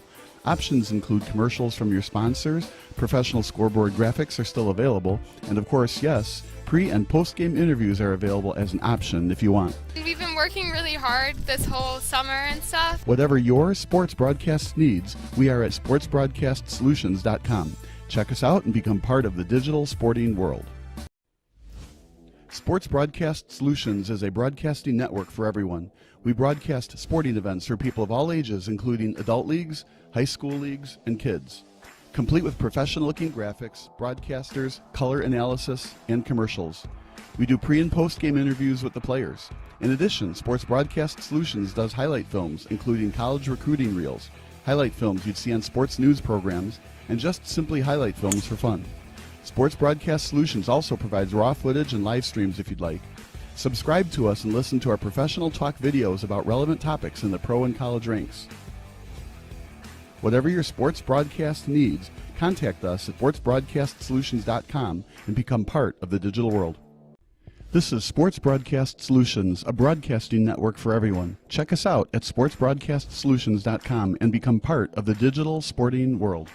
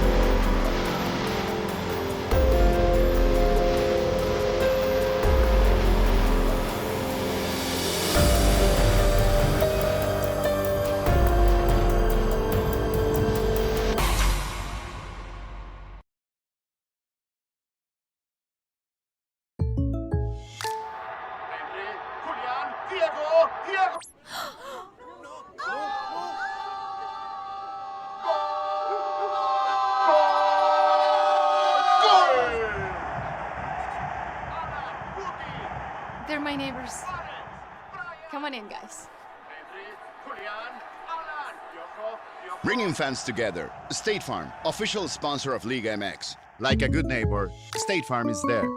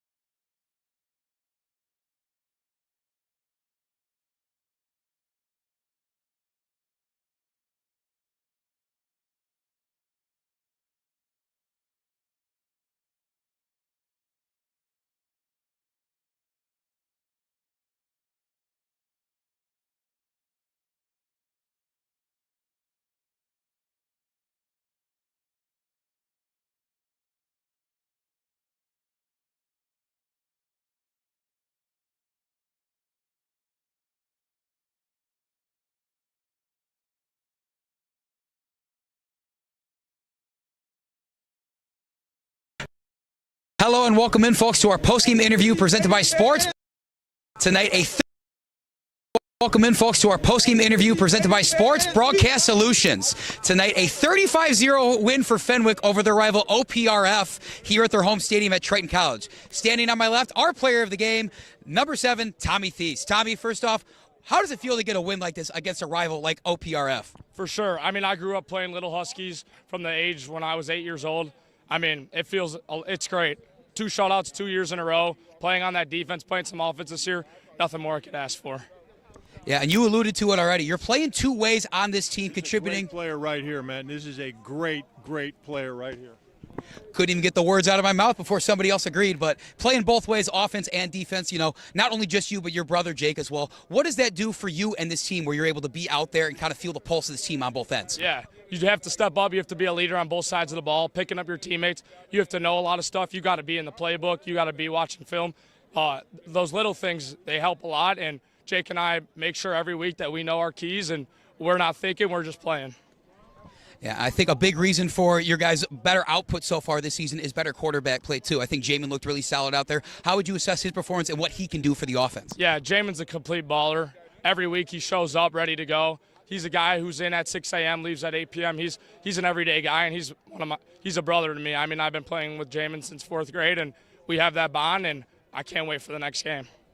Coach Battaglia has been coaching you this program for 6 years now. What sort of things does he say in the locker room during these games to keep you guys focused to go out there and finish the job? Yeah, I mean, one thing he stresses is 0-0. Next play, we can't be complacent. That was one thing that we were too much this week was complacency, and we got to just show up every day ready to work, high energy, and we got to win the day. We got to get better every day, and we can't be satisfied with anything. We got to be ready for the next day always. Lastly, Tommy, to punctuate this game, fumble recovery, ran it all the way back to the house, broke a couple tackles, like that stiff arm. Just be honest with us. How great does that feel? Yeah, I mean, it felt great. I was a little gassed after, but that's thanks to a great speed program through Core 1 and Honors Grove. They helped me keep my speed in the season, and I was ready to take it to the house when the opportunity came. Tommy, great interview, great game as always. We'll take care. We'll be seeing you soon. That's going to do it for us tonight in Sports Broadcast Solutions, folks. Stay tuned. We're going to have more Illinois high school football this year. But for now, from Triton College, we're signing off. Take care, guys.